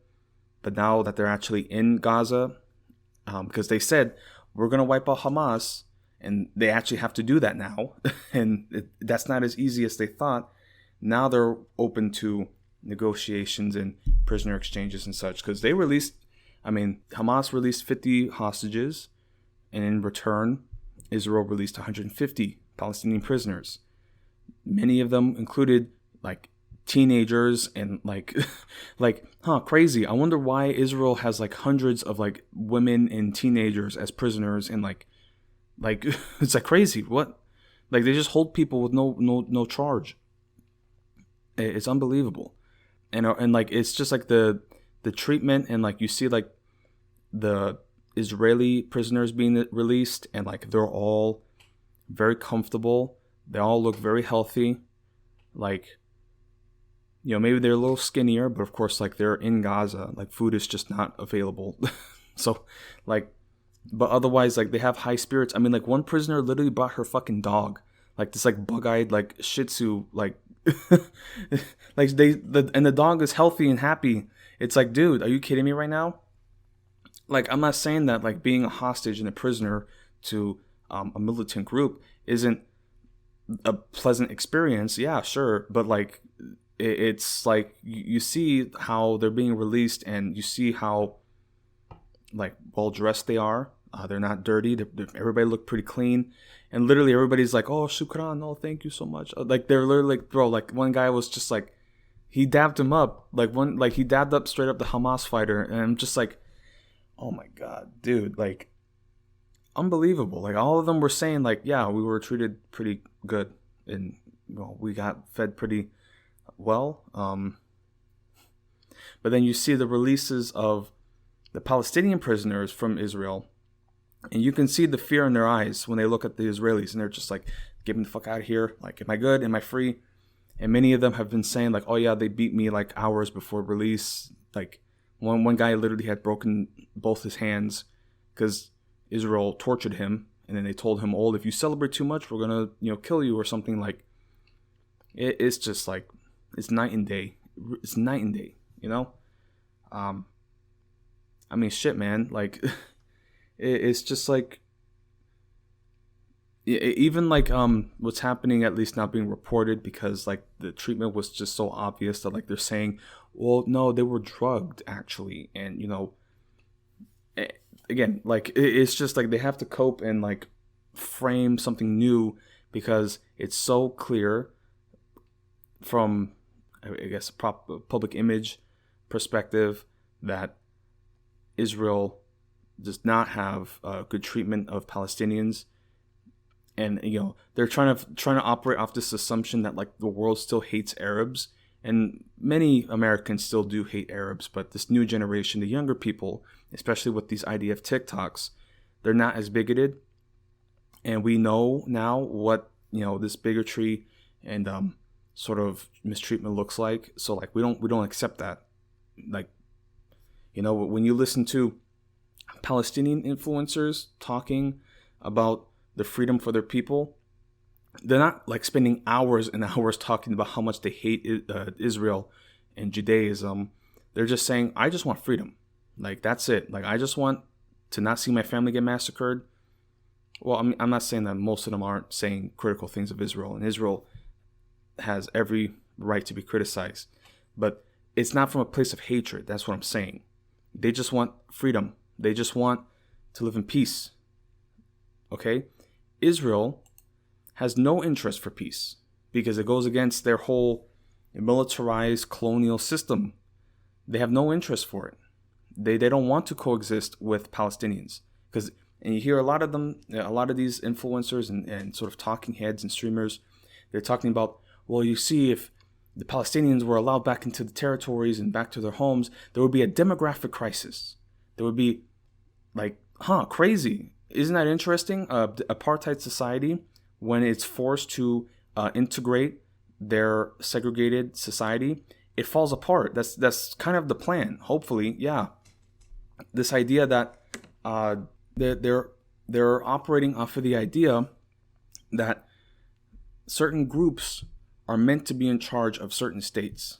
Like they're like, you know, there's supposed to be like a racial hierarchy or caste system. That's the way they view nation states, and that is such a self-report. Whenever I hear folks say this, well, no, because you don't think there's supposed to be a Jewish homeland. It's like, bro, I don't think any one group has a right to own a country. That's the problem, okay? Because they look at places like the United States, and they say, and even though we're supposed to be a desegregated multinational society, they still view white people as being in charge. That's why they talk about like all this wokeness and, oh no, you see, we can't have wokeness and replacement theory, and yeah, that's the operation that they go off of. Of course, they can't just be upfront about that. But with Israel, it's still acceptable to claim to want to have a Jewish majority to be in control because it's supposed to be a Jewish ethno-state, which is fundamentally wrong, fundamentally not good. Anyway, but yeah, I just wanted to at least continue further with another article here. And I was just giving like a rough timeline of the couple of weeks from the October 7th attacks, but there is also being reported and investigated certain market moves, because they try to act as though this was a random attack, that we just couldn't detect, which I have a hard time believing. Like Israel wants to claim that their intelligence is so good that every time they bomb a building, it's because there's a legitimate Hamas target there. But they didn't have the intelligence to detect this attack that was being built.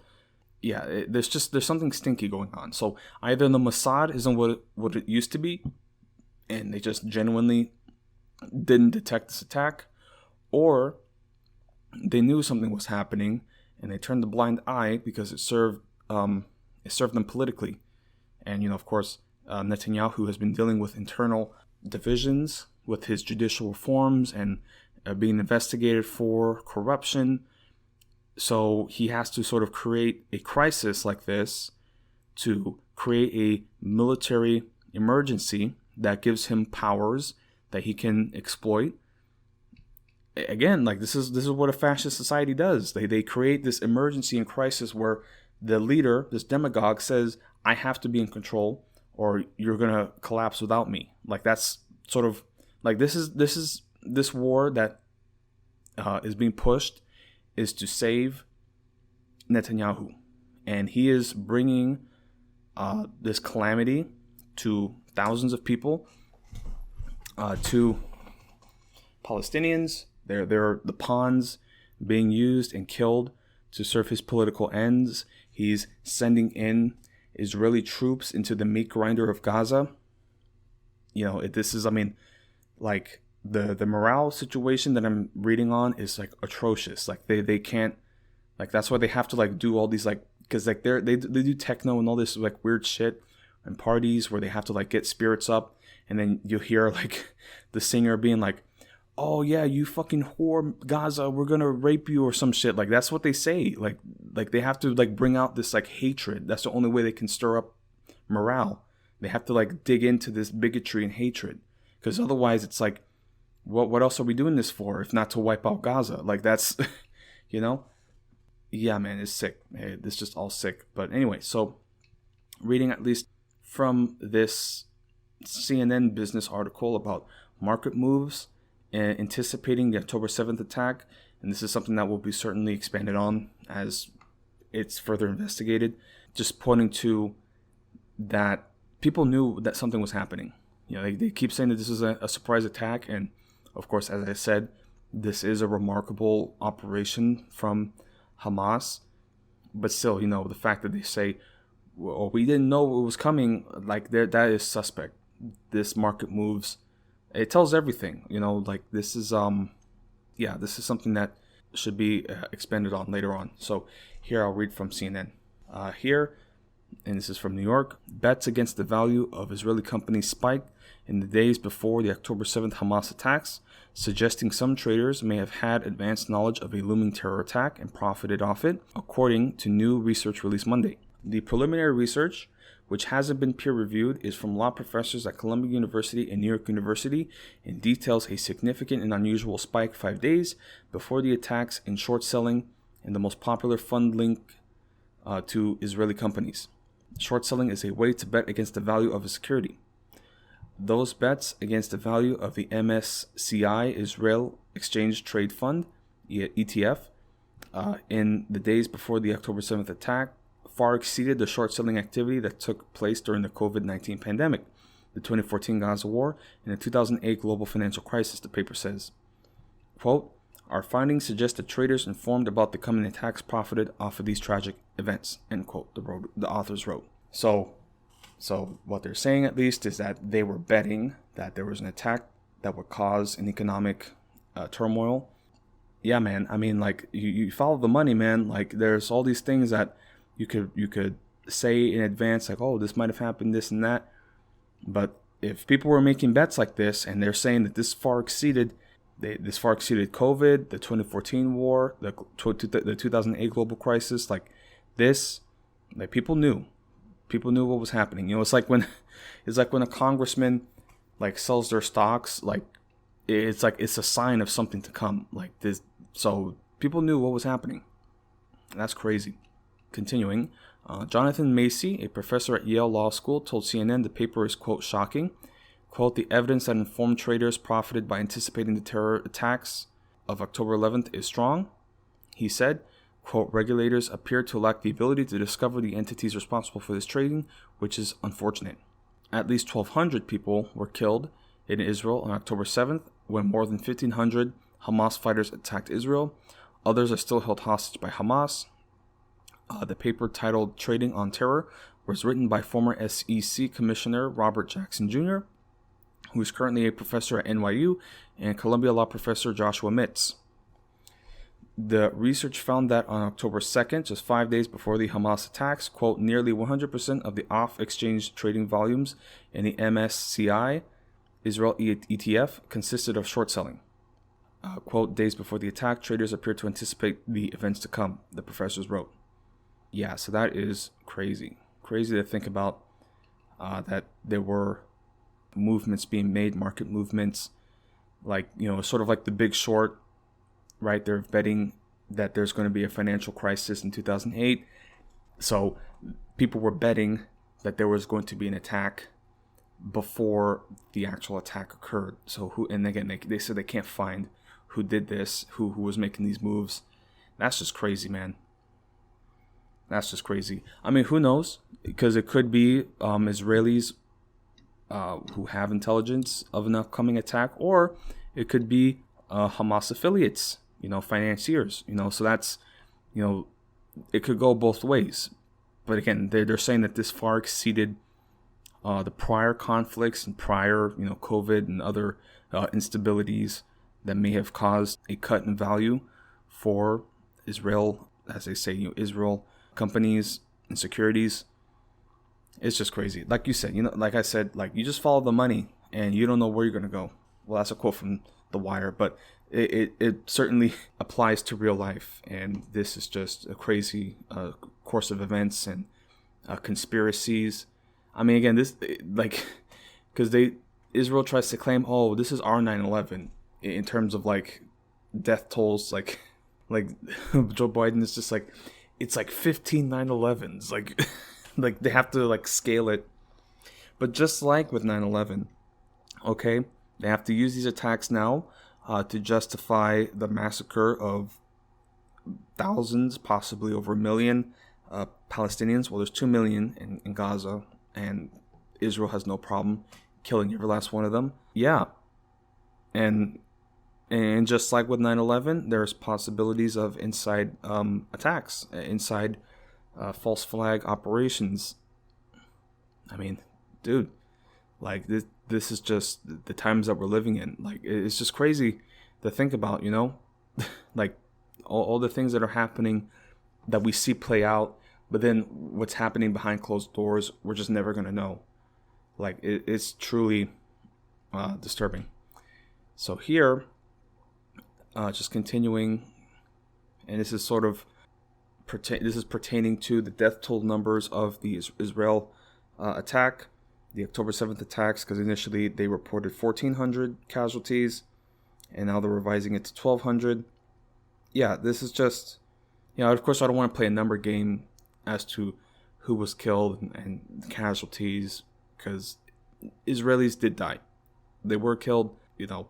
They try to make the most like outlandish, like most barbaric sort of propaganda about the executions and deaths of Israelis, which really is more like, it really just speaks to like the propaganda and the imagery that they want to portray. Like, oh, all these white people were being massacred and raped from these barbaric, you know, Arab Muslims, you know, like that's sort of what they were trying to portray.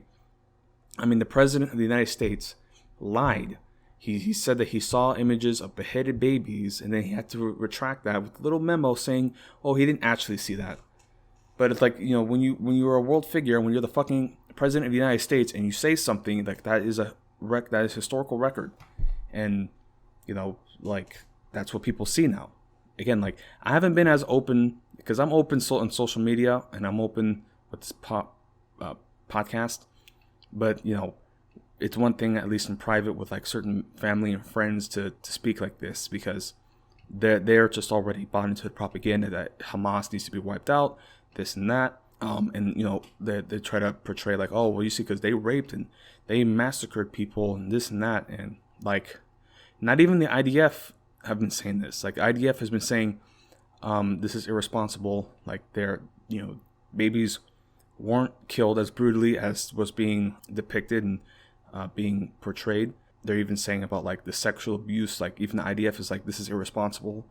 Again, this is not to say that there wasn't a sexual violence by a Hamas, like an individual Hamas militant, but to claim that like there was mass rapes, they were killing everybody, it's like that's not what happened. Anyway. And many of the hostages have said themselves that they were treated humanely. So, like, if the hostages are saying that they were treated humanely, like, I'm going to take their word for that. So, survivors themselves, they were saying they were more worried about the Israeli response, just killing and bombing everybody, rather than the actual Hamas attack. So, yeah, that just speaks to, like, the situation on the ground. But again, we're never going to know. Like, we're never going to know the true atrocities that were committed. Like, it's just, there's all this sort of propaganda going around. So yeah, just reading at least from NPR, and Israel revising their death tolls from the October 7th attacks. Here's what they're saying here. Israel, Tel Aviv, Israel, in a text message to journalists on Friday, a spokesperson from Israel's foreign ministry said around 1,200 is now what he called the official number of people killed by Hamas militants on October 7th. That's about 200 fewer victims than Israel had been citing for more than a month. Quote, this is not a final number. It is an updated estimate. Lior Hayat, spokesperson for the Israel Ministry of Foreign Affairs, wrote. He added that the toll might still change again, and I would imagine it would go lower. Israeli media quoted unnamed official as saying some remains were initially misidentified. Many of the bodies were burnt and mutilated that day, and the process of identifying them is underway. The number of hostages being held in Gaza remains at 240. Of course, this article was written on November 11th, so that's, I guess, lower than 50. So, yeah, the October 7th attacks and the large number of casualties prompted Israel to launch air and ground strikes on Gaza, where Palestinian health officials say more than 11,000 people have been killed. Now that's closer to 20,000. So that is at least the revised death toll numbers. Now I want to see something real quick, because I believe the Israel newspaper Haaretz released a death toll number, and they released it by age. So let me see if they still have that up. Okay, so just reading at least, and I'm reading from the Times of Israel. So this is at least, this was released December 4th, so this is a relatively recent article. They say here, this is the article, so 14 kids under 10, 25 people over 80. Up-to-date breakdown of October 7th victims we know about. So here, just reading from the Times of Israel, almost 2 months after the unprecedented Hamas onslaught on southern Israel, which left some 1,200 people dead, the exact data on those killed in the biggest terror attack in Israeli history is still shrouded in uncertainty. There have been efforts to compile the available data, particularly the number of babies, children, and elderly people murdered on October 7th, even as several members of emergency organizations have been quoted giving imprecise information. Authorities have identified a total of 274 soldiers, 859 non-soldiers killed during the brutal assault. The latter figure includes 57 Israeli police officers and 38 local security officers. It is unclear which of these individuals were on duty when killed. Removing those victims leaves a figure of 764 civilians. So, at least, so they say 1,200 killed and just over half of them civilians. So, again, it's not great what happened, but again, like a large number of them were actual like combatants. So here, reading from just other Hebrew sources, so partial data by Hebrew media covering the civilians killed by thousands of invading terrorists and by some of the thousands of rockets fired that day at Israeli cities revealed that they include 2 infants, 12 other children under the age of 10, 36 civilians aged 10 to 19, and 25 elderly people. So, 25 elderly people over the age of 80. So, 75 out of the 764 civilians. So, again, they try to act as though they killed hundreds of children.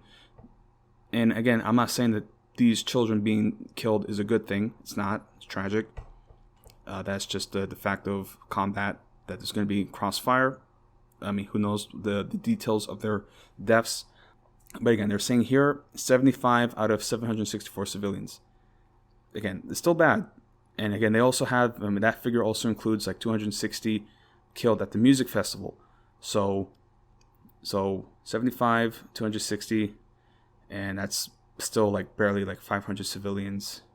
And many of these civilians are armed as well. That's the thing too. Like, Israel's an armed society, so like many of them would have probably been firing back. It's all bad. But the image and the propaganda that they're trying to portray is that, well, they killed and massacred hundreds of people, and they did. But it's just this is what happens when you live in a militarized settler colonial society. That you are now a target because you implicitly participate, especially, as I said, the residents of Sderot, who regularly mock and view the bombings of Gaza as a form of entertainment. Eventually, they're going to fight back, and I wouldn't live next to a concentration camp. You kidding me, man? You only live there knowing full well that you have complete control, that you're untouchable, and that you have this feeling of superiority. That's what happens. So, yeah, man. Again, it's like, sure, yeah, like civilians dying is a bad thing, but when you live within a stone's throw of the world's largest concentration camp, knowing full well what happens, knowing full well that you're untouchable, and that you have complete control. And yeah, it's just like, after that point, like, I don't have no sympathy. It's just like, how can you expect me to feel sad? It's just like, I can't. Like, again, man, it's crazy. It's crazy. You can't lock people into a cage and then not expect some sort of attack and retaliation. You know, if you cage a dog and like underfeed it and beat it all the time, like hose it with cold water, its whole life, that's all it knows, and then one day it breaks out and like chews your leg off, it's like, what the fuck? Like, you treated like, that's all you showed it to the dog. Not to compare Palestinians to dogs, but it's like that's when you treat people a certain way their whole lives for decades, and they know nothing but violence that you have inflicted upon them. Eventually, you're going to experience violence yourself. So that is just the sad reality of that. So yeah, so just reading here a little bit further. So I was talking at least about the October 7th attacks and certain details being released and casualty figures. Again, you know, I know I speak critically on Israel.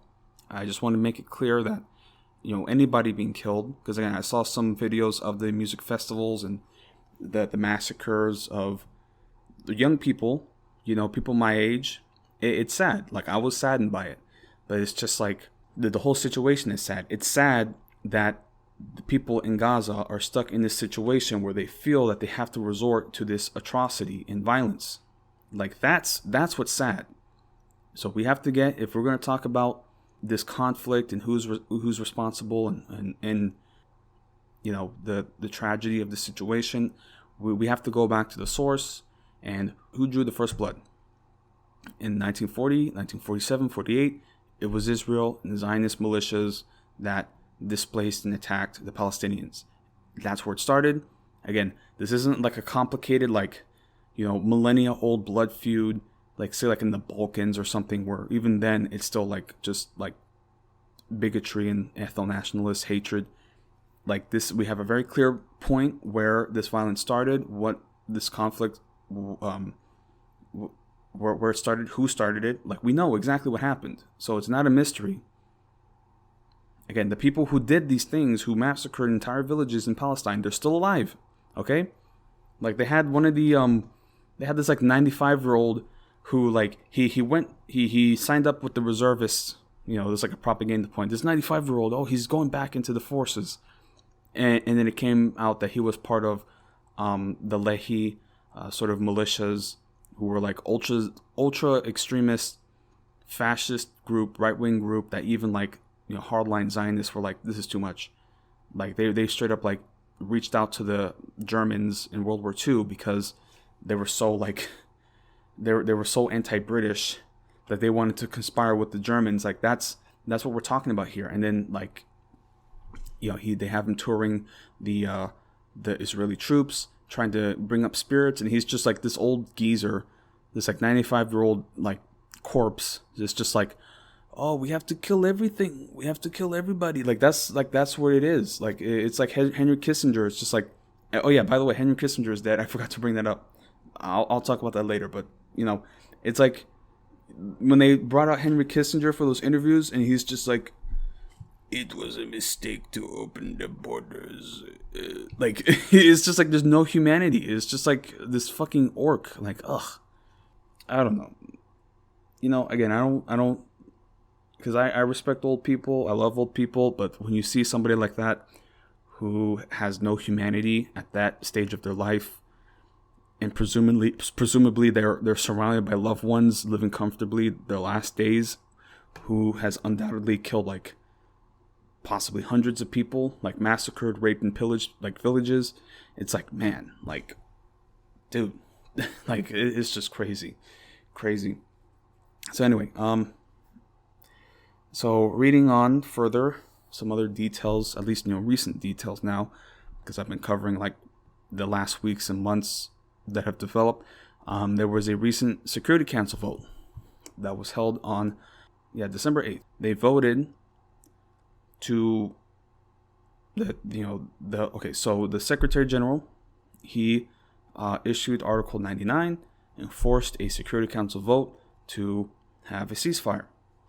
And as I'm reading from the AP News, only the United States vetoed. And of course, with the Security Council, there needs to be unanimous support from the permanent members, which includes the United States, the United Kingdom, I believe Russia, China, I think France. Let me see actually again. So UN Security Council. Let me see again. Who are the permanent members? Yeah, I was right the first time. But yeah, that was funny. I remember that there was I think it was a BBC report where they did like, oh, the UNSC, and then they put the UNSC from Halo. Yeah. But anyway, so reading from the AP News about this UN Security Council vote for a ceasefire where the United States vetoed. Yeah, it's just atrocious. I mean, this is just like, and I was saying earlier, the United States on the one hand is trying to, restrain Israel, but on the same hand, the United States fully supports Israel in their endeavors. And of course, it's just like the cognitive dissonance that needs to be, observed, because like you have Biden and Kamala Harris, who are trying to appeal to younger voters, who are trying to appeal to a progressive, diverse voter base. But this is going to break it. Like this war is going to break their support. I'm sure as hell not voting for them. I'm not. And I'm going to make sure, at least with this general election, I'm going to check with every local candidate, every state candidate, and I'm going to ask them point blank their stance on Israel.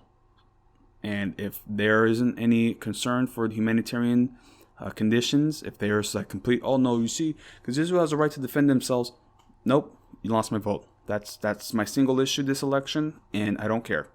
So yeah, but yeah, this is going to stand as the legacy of Joe Biden. I mean, of course, his legacy is like a wet sock. It's like we lost Roe v. Wade, we lost affirmative action.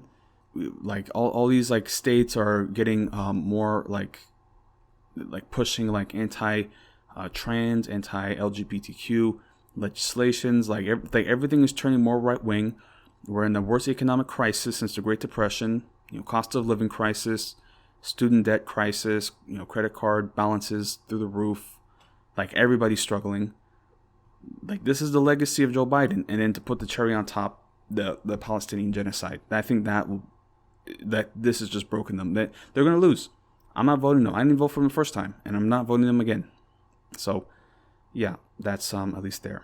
So, here with this Security Council vote, with the United States vetoed, just reading from the AP News, their report on this. So, the United Nations, the United States vetoed a United Nations resolution Friday, backed by all other Security Council members and dozens of other nations, demanding an immediate humanitarian ceasefire in Gaza.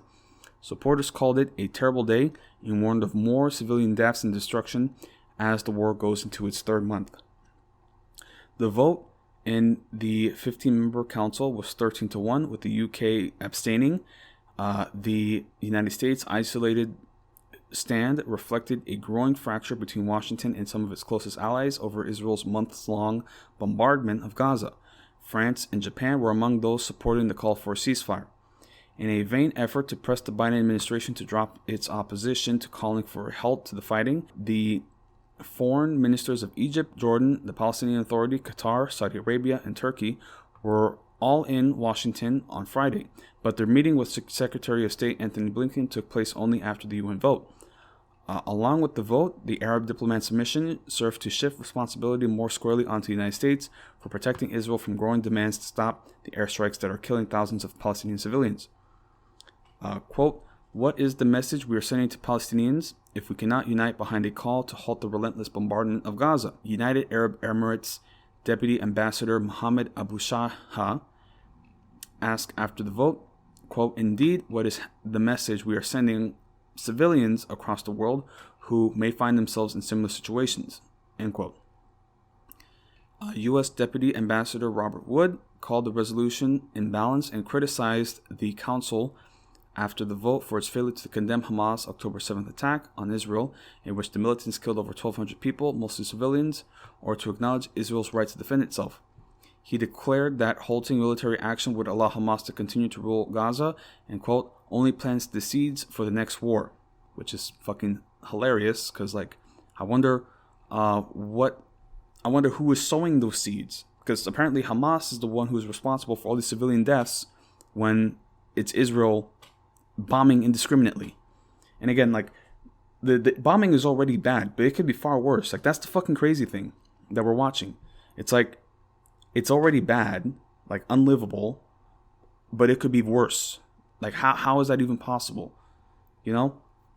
And again, you know, they're saying, oh, well, Hamas can't be in control, but then you're going to wipe out Gaza, and then who's going to take in control of that? And like you don't think, like, 80% of the current Hamas fighters are orphans. That's the statement that they released. Like, you killing thousands of civilians and children, you know, wiping out entire families, entire bloodlines have been wiped out, okay? Because they live collectively, okay? Like, they live in, like, the grandparents, the children, that everybody lives in the same house. And they're killing entire families, entire bloodlines. Like, you don't think that is sowing the seeds for the next war? Like, that's why Israel wants to just completely wipe them out, because they know that if Gaza continues to survive and exist, that there's going to be a next conflict. It's just, crazy. So here, Israel's military campaign has killed more than 17,400 people in Gaza, 70% of them women and children, and wounded more than 46,000 according to the Palestinian Territories Health Ministry, which says many others are trapped under the rubble. The ministry does not differentiate between civilian and combatant deaths. I mean, it's crazy. Like 17,000. Oh, of course, now it's certainly like close to the 25,000 maybe. And then 70% of them women and children.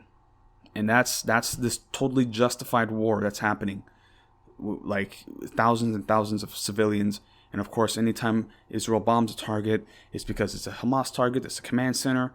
It's like, oh, well, there's a command center under this school, this preschool. We have to bomb this preschool because there's a command center. It's just unreal. Unreal, man. And again, just the arrogance from the United States, the lack of foresight. Because on the one hand, because they of course are supporting Israel no matter what, but almost assuredly, and I've read reports that they're behind closed doors, like, they understand that this is a horrible PR, like, public image crisis that they're dealing with, because they understand that, like, this is making them look bad, and they're losing support from younger, more progressive, left-leaning voter base. I mean, like, the one silver lining of this conflict, as tragic as it is that young people at least are seeing what's happening, and they're not radicalized into hating Arabs and Muslims. They just see people dying, and they want it to stop. And they are now digging deeper into the history as to, why would a group like Hamas commit an attack like this?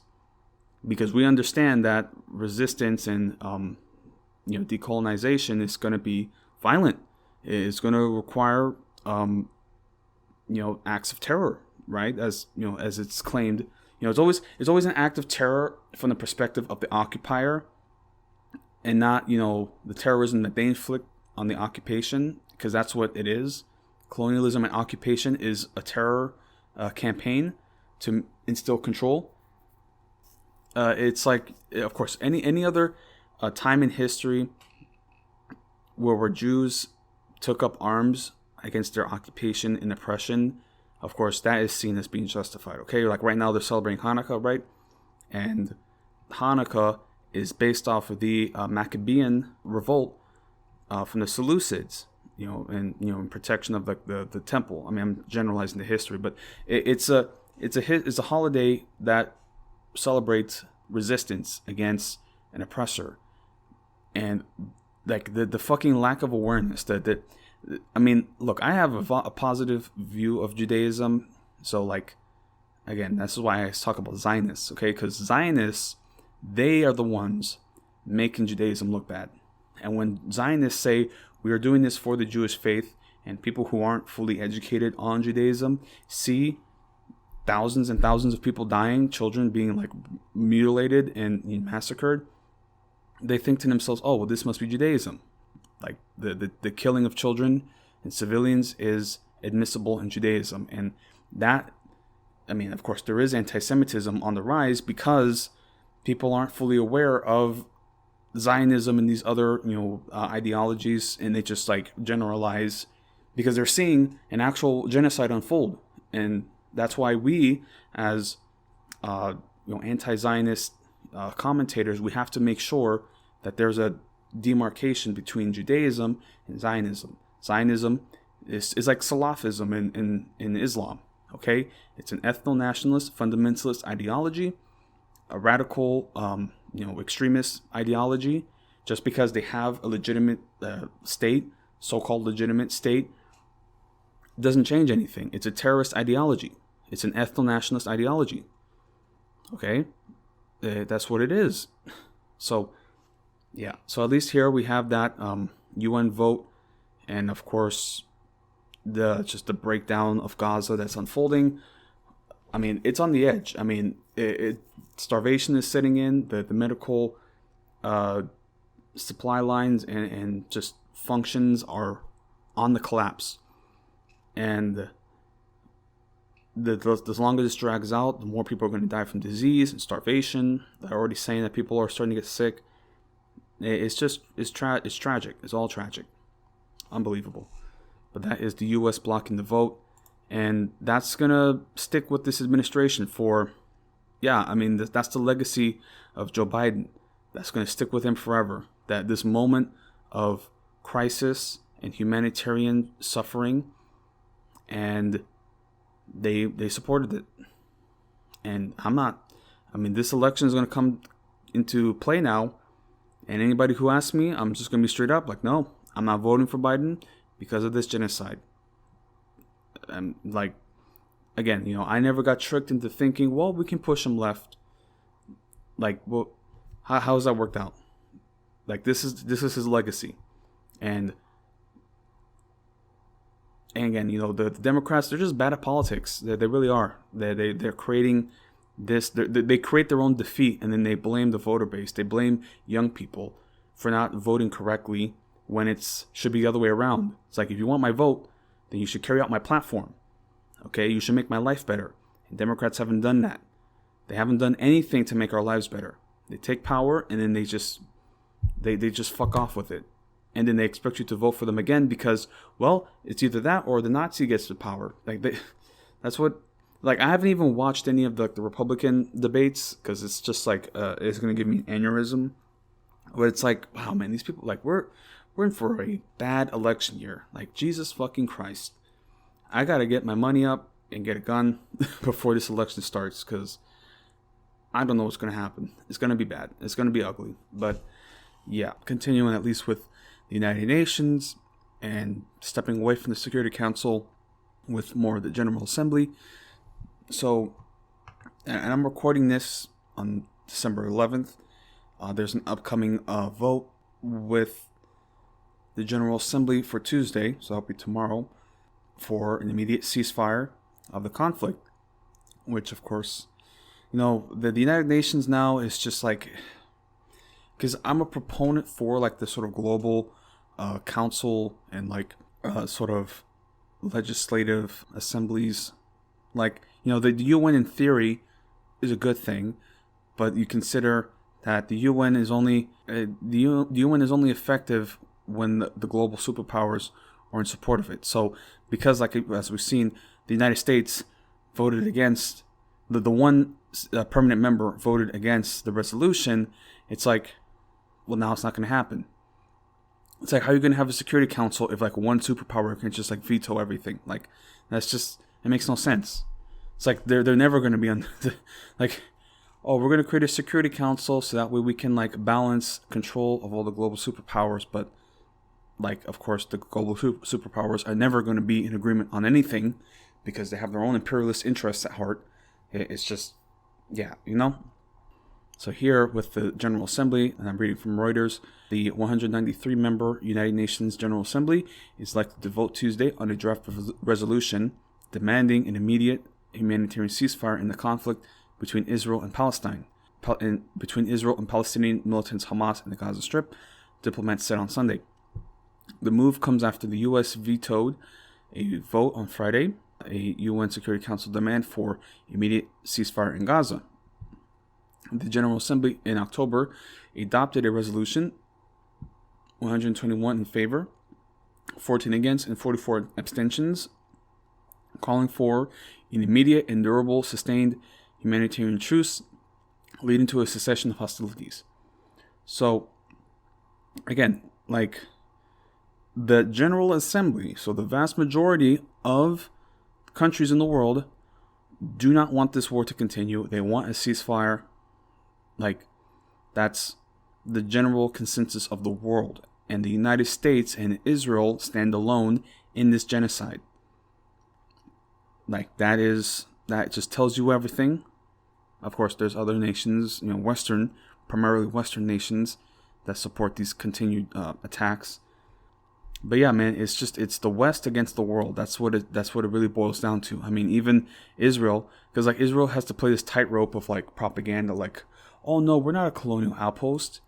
Oh no, we're not a colonial outpost. But then at the same time, it's like they also release propaganda to the West, primarily towards like progressive people, liberal people, because they're trying to appeal more to them. Like, oh, well, you see, this is a fight between good and evil against Western civilization. This war is going to come to you one day, and that's just what they're trying to portray it as. I mean, there's like a lot of like, Crusader vibes that I get from this, from the West, because it's just like, that's really what this is. It's just the kingdom of Israel, or Jerusalem, I should say, in the Crusader period, where it was like a colony from these like Europeans. Like, that's crazy to think about. Like, these Europeans just like colonized Jerusalem for like almost 100 years. Like, yeah, it's crazy.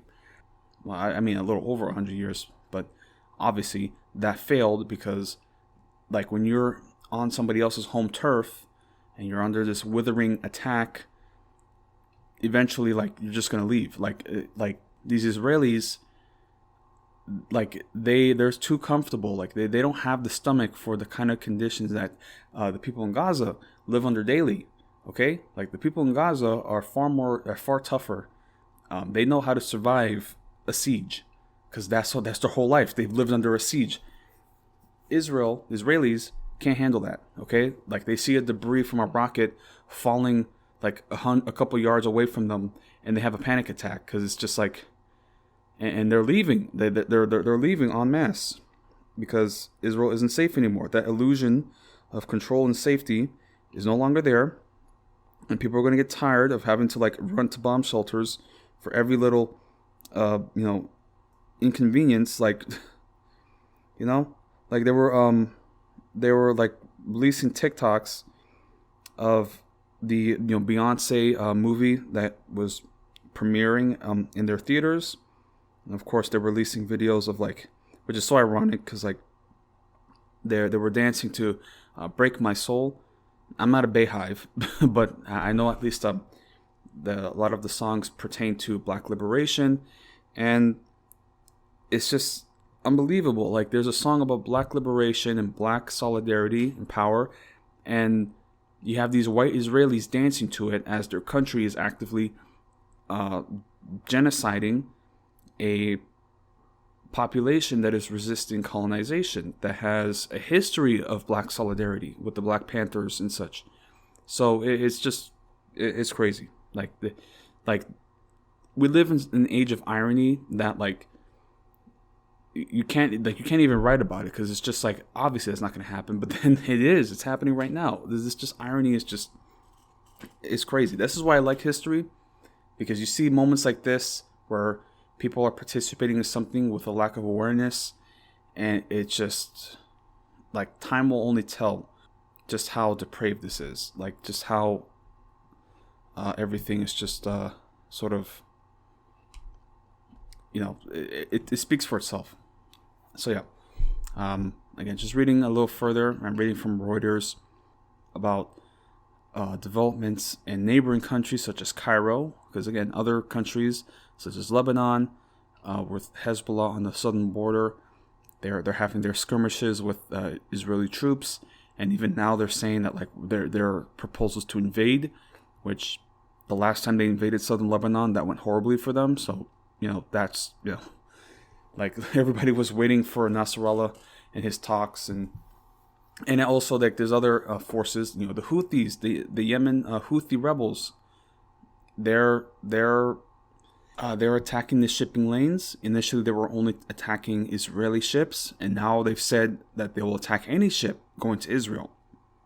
And they've seized a couple ships, which is funny because, like, the crew of those ships, they're not Israeli nationals. So, like, there's just like multiple videos now of the actual crew that has been taken captive, and they're just like dancing and like they're wearing like Yemen clothes, and it's just like they're having a pretty good time.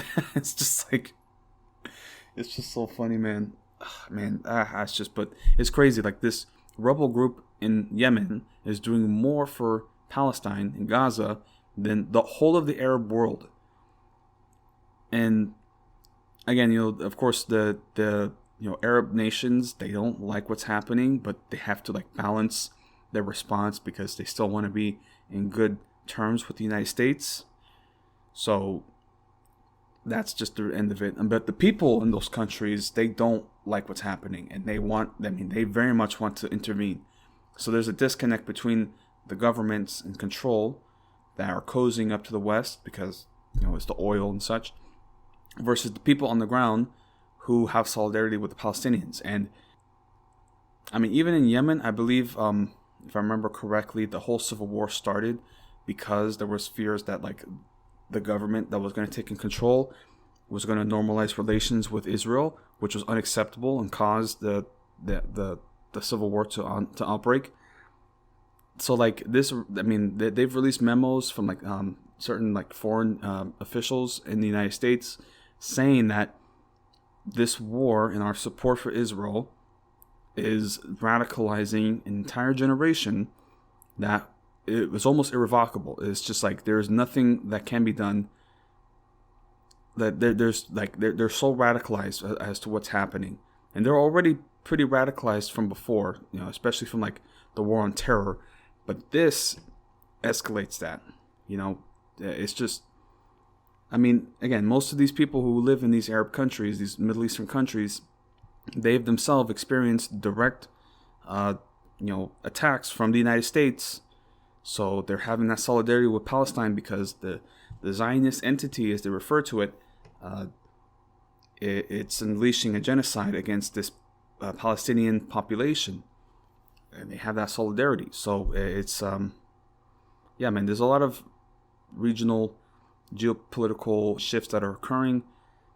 And I mean, it could honestly, if it escalates further, it could like cause like a new Arab Spring, because like the populist movements, they're just going to have enough. They're going to have a breaking point where it's like, we have to overthrow this government and we have to intervene on behalf of Palestine. Like that's, so again, like there's huge implications because of this, of this broader, not just the genocide and conflict in Gaza, but the region and the world. Like this has huge implications, what's happening. So here from Reuters, just reading at least some developments in Egypt, because they directly share a border crossing with Gaza. So here, Israel on Monday denied it intended to push Palestinians seeking refuge from its bombardment of Gaza over the border into Egypt, as international relief agencies said hunger was spreading among the besieged enclave's civilian population. Amid the worsening humanitarian crisis, Hamas fighters and Israeli troops fought across the territory, with the militants trying to block Israeli tanks from advancing through the shattered streets. The health ministry said that 18,000 people have now been killed and 49,000 wounded in Israeli strikes on Gaza over the 2 months of warfare. Hundreds of them since the United States vetoed a proposal for a ceasefire at the United Nations Security Council on Friday. Most of Gaza's 2.3 million people have been driven from their homes, and residents say it's impossible to find refuge or food in the densely populated enclave. One Palestinian told Reuters he had not eaten for 3 days and had to beg for bread for his children. Quote, "I pretend to be strong, but I am afraid I will collapse in front of them at any moment," he said by telephone, declining to be named for fear of reprisals. The UNRWA, a UN body responsible for Palestinian refugees, said some people were arriving at its health centers and shelters carrying their dead children. Again, I saw one video again of these parents literally bringing their children in plastic bags, like just shopping bags. Like you see images like that, and then you still have to ask yourself, why does Hamas exist? Why do they keep attacking Israel? And then you see images like this, like it's a no-brainer. It's a no-brainer. So right here, aid agencies have also warned of a breakdown in social order as the situation worsens. On Sunday, UN Secretary General Antonio Guterres said he feared a mass displacement into Egypt. On Saturday, UNRWA Commissioner General Philippe Lazzarini said that pushing Gazans closer to the border pointed to attempts to move them into Egypt. Jordan also accused Israel on Sunday of seeking to empty Gaza of its people. The Israeli government on Monday denied that that was its aim.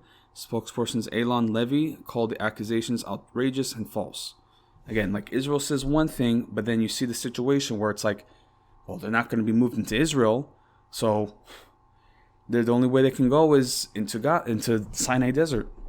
I mean, it's a fucking desert. It's a wasteland, and they're saying, "Oh no, that's not what we want." But of course, if that ended up happening, they wouldn't complain, and they would rather leave that bill with Egypt to sort out. It's crazy. Continuing, Levy said his country was defending itself from the monsters who had attacked Israel in a cross-border attack on October 7th. In that raid, the deadliest in Israel's history, Hamas gunmen killed 1,200 people, mostly civilians, and took 240 hostage. According to Israeli tallies, about 100 have since been freed. The action triggered an Israeli retaliatory assault and brought the deadliest period of warfare of the decades-long Israeli and Palestinian conflict. The border with Egypt is the only way out of Gaza at present, but Cairo has warned that it will not allow Gazans into its territory, fearing that they would not be able to return. So again, that's like a lot of people are saying, oh, well, why doesn't Egypt open the borders and let them come through? Right, because they will not be allowed back in. That's the same with like places like Jordan, where there's a sizable majority of Palestinian refugees. There was like a claim that, I was watching again Destiny, and I don't mean to single him out, but he particularly like gets under my skin because he's like a Wikipedia scholar. He doesn't know what the fuck he's talking about, and he has like all these like thousands of followers who like just follow him like unquestioning. Like this guy was trying to debate Norman Finkelstein, like he's just reading UN Wikipedia articles. I'm like, dude. But like one of the things he's arguing about was like, why doesn't countries like Jordan naturalize their Palestinian population? But it's like because they're not Jordanian nationals, they're Palestinians, they're refugees, and like they should be allowed back into their homes. They don't want to live in Jordan, they want to go back to their homes. So it's just unbelievable. So on the one hand, like Egypt has to like walk this tightrope because they can't because if they open the borders and they let people come through, they're going to be stuck there and they're not going to be allowed back in. Like Israel's just going to bulldoze the entire population, the entire city. It's unbelievable. So just reading a little further here, just from Reuters again. Here, Israel has vowed to annihilate Hamas, which has ruled Gaza since 2007 and is sworn to the Jewish state's destruction. It says its instructions to people to move areas are among measures to protect the population. It accuses Hamas of using civilians as human shields and stealing humanitarian aid, which Hamas denies. After the collapse of a week-long ceasefire on December 1st, Israel began a ground offensive in the south and has since pushed from the east into the heart of the city of Khan Yunis, with warplanes attacking an area to the west. On Monday, militants and residents said fighters were preventing Israeli tanks moving further west through the city and clashing with Israeli forces in northern Gaza, where Israel had said its mission was largely complete. Israel said dozens of Hamas fighters have surrendered and urged others to join them. The armed wing of Hamas said it has fired rockets towards Tel Aviv, where Israel's fled to shelter. The Israeli military has also accused Hamas of hiding weapons in the UNRWA facilities in Jabalia and distributed a video purporting to show Hamas gunmen beating people and taking aid. Israel has prevented most aid from moving into Gaza, saying it fears that it will just fuel Hamas attacks. So yeah, that is just further details.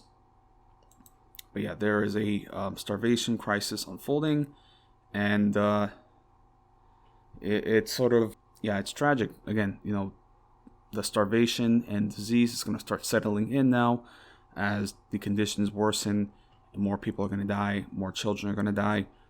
And again, Israel is saying, no, we don't want to push them out. We don't want to push them out, but they're actively making this more inhospitable than it already was. Okay, like again, like 90% of the water was already undrinkable, like contaminated, and like this is just making things worse. Okay, like it's just crazy to me. Like again, I saw another video of these kids where it was raining, and like they're just standing outside and they're like, oh, it's rain. Like they just, because they have no water, they have no clean water, they have to like take out like little buckets or whatever they can to collect it. It's unbelievable, man. It's just unbelievable. And it's just, you can go to a fucking sporting event and there'll be people like, oh, we're going to do the national anthem and we're going to pray for Israel, or some other bullshit. Like that's how normalized this genocide is in American society. Like this is like seriously, like, and people are getting fired. They're losing their jobs. They're getting doxxed. They're students are like losing, like they're getting blacklisted from jobs. Like, there's a whole controversy with like these Ivy League schools that are trying to protect the free speech, but of course, they're being pressured to crack down on these terroristic sympathies, even though nobody's saying they support Hamas. They're supporting the civilians, but they don't view Palestinian civilians as humans. They don't view them as innocent. They just see them as like, oh, they're just extra members of Hamas. Again, they try to evoke these claims and these memories of World War II, and this is like another thing where like the ambassadors are even saying, when they were getting like, the UK ambassador, she was talking about this war and trying to frame it for the British. They're saying, oh, well, you had your blitz and, you were being bombed, and then you responded with bombings in Dresden, and, like, how can you lecture us when you did all these terrible things to German civilians? Was that not justified? And it's just like, that analogy doesn't work because, one, Germany was a sovereign nation that had its own industries, that had a military, okay? They had their own structure, okay? Like, that's what happened, okay? And also, as somebody who has studied World War II, the idea that there's, like, no debate over the effectiveness of, like, bombings, like mass carpet bombings, like, that is a subject of serious debate for World War II scholars. And many now understand that it didn't really do much because they would have lost anyway. The bombings just galvanized the population to support the war effort, as it's galvanizing the people of Gaza to support Hamas. Like, they're dying en masse. Of course, they're going to support the people fighting back against the people bombing them. Like, it's, so, yeah. Again, they're trying to evoke the Nazis in World War II. And not only that, because they're trying to say, like, because the only frame of reference they have for Nazis and Germans is like, well, they're anti-Semitic. So because they killed Germans, because they killed Jews, that makes them anti-Semitic. Even though, like, not to say that anti-Semitism wasn't a driving force for the Nazi ideology, it certainly was. But there's a deeper driving force, which was anti-communism. That was the main driving force. They viewed Jews as agents of communism and other undesirable groups. So that's, the thing that makes the Zionist entitlement so disturbing and disgusting to me, because they try to act as though that they're only victims of the Holocaust when there were other groups that were victimized by it. And, it doesn't make you special. That, again, like, I'm the reason I'm a historian is because of the Holocaust in World War II. So, this isn't to downplay the anti-Semitism that was driving that ideology and the atrocities. But again, there's this sort of hijacking of that tragedy by the Zionists, because they try to say, well, we experienced the Holocaust and we were so traumatized by this, and that makes it okay for us to continue this because we can't allow it to happen again. But they're just continuing another Holocaust and trying to frame a population that has been held captive for 80 years now as though they're Nazis, and that anything can be justified against them because, well, we killed thousands of civilians and we bombed them. There's no issue there. It's just it's upsetting to me to see that, to see that lack of awareness. But anyway, I digress. So here, reading from Reuters about recent EU proposals for sanctions against violent Israeli settlers, so individual Israeli settlers. This is coming from the EU Foreign Policy Chief Josep Borrell, and this is from Reuters. So Josep Borrell said on Monday he would propose sanctions against Jewish settlers responsible for violence against Palestinians in the Israeli-occupied West Bank. Borrell was speaking after EU foreign ministers debated possible next steps in their response to the Middle East crisis triggered by Palestinian militant groups Hamas's deadly October 7th attack on Israel from Gaza. While much international attention has focused on the cross-border assault and Israel's subsequent war against Hamas in Gaza, European officials have also expressed concerns about rising violence against Palestinians in the West Bank. Borrell has said he would propose a special sanctions programs to target Hamas, backed by the foreign ministers of France, Germany, and Italy, but EU also had to act against violent Israeli settlers. Quote, "The time has come to move on from words to actions and to start adopting the measures we can take with regards to the actions of violence against Palestinian populations in the West Bank," Borrell told reporters after the meeting in Brussels. UN figures show daily settlers' attacks have more than doubled since the Hamas attack and Israel's assault on Gaza. Borrell said the ministers had not yet shown the unanimous support that would be necessary to pass such a measure, but he stressed that he had not yet submitted a formal proposal. EU officials would drop a list of people known for attacks on Palestinians in the West Bank, and he would then propose they be sanctioned for human rights abuses, he said. Borrell did not say what the sanctions would entail, but EU officials have said that would involve bans on travel to the EU. Diplomats have predicted it would be hard to get unanimity for EU-wide bans, as countries such as Austria and the Czech Republic and Hungary are staunch allies of Israel. But some suggested a decision last week by the United States, Israel's biggest backers, to start imposing visa bans on people involved in violence in the West Bank could encourage EU countries to take similar steps. So, right, that is, at least some measures that they're taking into play, trying to at least propose. Yeah, it's just crazy. It's just, because this isn't just Gaza, because Gaza is controlled by Hamas, and they're trying to frame it as, well, no, we're here to destroy Hamas. But there are assaults on Palestinian communities and homes in the West Bank where there is no Hamas, and there have actually been multiple airstrikes in the West Bank. So, there's no Hamas in the West Bank, nobody from the West Bank participated in the attacks, and yet they're digging in further and attacking, and there have been raids in cities like Jenin. So this is very clearly an assault from Israel against all of Palestine.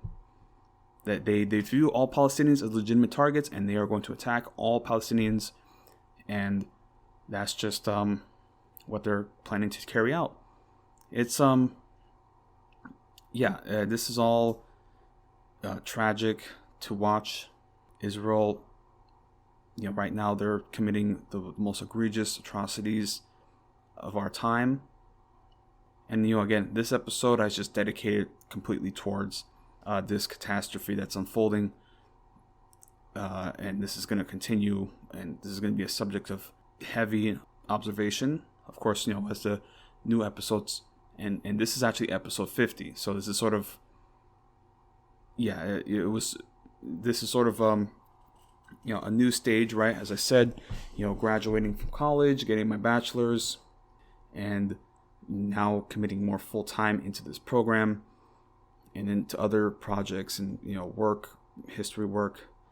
But yeah, I mean, this war, this genocide is something that we're going to have to keep watching as the months continue, and who knows what's going to unfold for Palestine and for Israel. It's sad to see. It's sad to see that in a time like this, in our time, these conflicts are still continuing. This hatred and bigotry still exists. This barbarism is what it is.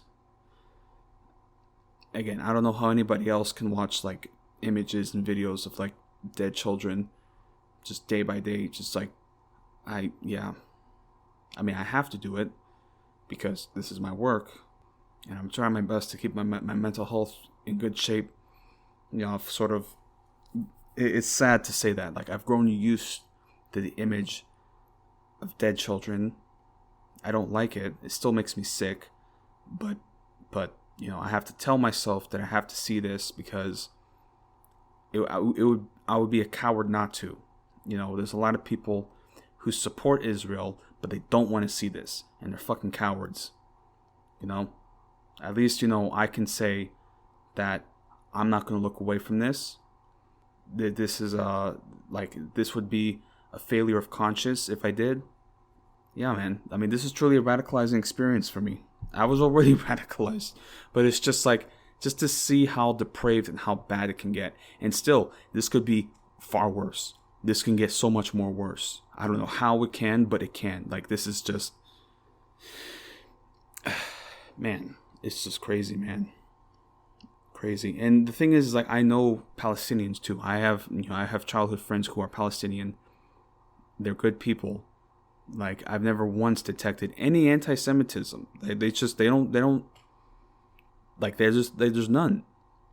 They just want freedom for their families. They just want peaceful lives. They just want the chance to go back to the homeland. Like, they can't even go back. Like, if they landed in a Tel Aviv airport, Ben Gurion airport, like, they would get stopped and they would be sent right back. Because they have, like, the intelligence has, like, a dossier for, like, every Palestinian. It's unbelievable. Unbelievable. And, the cowardice that I'm seeing from just normal, everyday people, the, lack of courage to stand up to this and to speak out about it, it's more upsetting to me to see people who support BLM, but then don't support this. But, it's one thing to see people not support it, but it's another thing to see a close friend of mine who I've never really spoken to like in depth with about this, and there was somebody who grew up right wing in a conservative environment, and over the years they've grown more left wing. But it's like, this Palestine-Israel conflict, that's the real test, like, okay, where do you stand on this? And it's surprising to see them just organically come to the conclusion of Palestinian liberation, like not with any intervention on my part or any education. They see what's happening, they see the misery and the destruction, and they understand who's in the right and who's in the wrong. They understand what causes a population like in Gaza to resort to the extremist attacks that we saw. So yeah, this is truly like a telling moment where you see people's true colors, and for many young people, this is certainly a radicalizing experience for them. So, like, again, we're just gonna have to see what unfolds. That's sort of the history that's unfolding at the moment. Yeah. So, again, I kind of draw comparisons to the Vietnam War. Like, this is sort of our Vietnam War. Like, yeah, man, it's crazy. It's crazy to think about. And it's crazy to think about what we are going to say in the future about this and where people stood. Because it's everything. Like, where you stand now is going to stick with you forever. So I have no reservations about my position about Palestinian liberation. Like, none.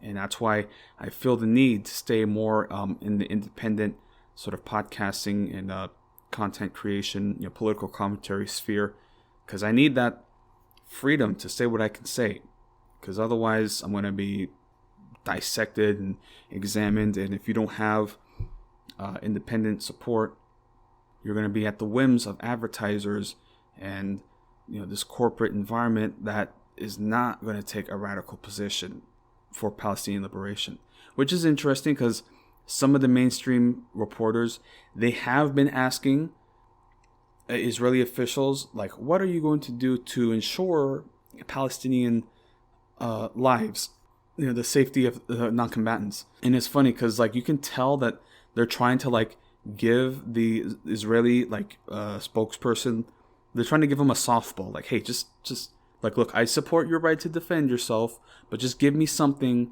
to show that you have some basic humanity, that you're not gonna massacre over 2 million people. And then they're just getting, the Israelis are getting so mad. They're like, why are you asking me about Palestinian civilians? We're fighting Nazis. They get so mad. And the news person is just like, dude, I'm trying to just give me something that we can work on. It's just, yeah, it's just crazy. It's just a lack of humanity, bro. I'm sorry, man. But, well, again, as I said, we're going to see what unfolds in the next months or so. This is, it might be of its own, because I like to divide my show into different programs, but this could honestly be its own dedicated segment just to follow events. But yeah, man, at least, because this is,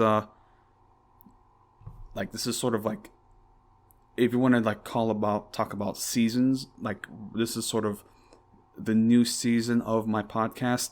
And I'm going to try to be more consistent with the next few months now, because I have no school, I'm graduated, I'm going to do work. I work DoorDash, and I would prefer to continue with that in the meantime, because it gives me the flexibility and freedom to continue with this work.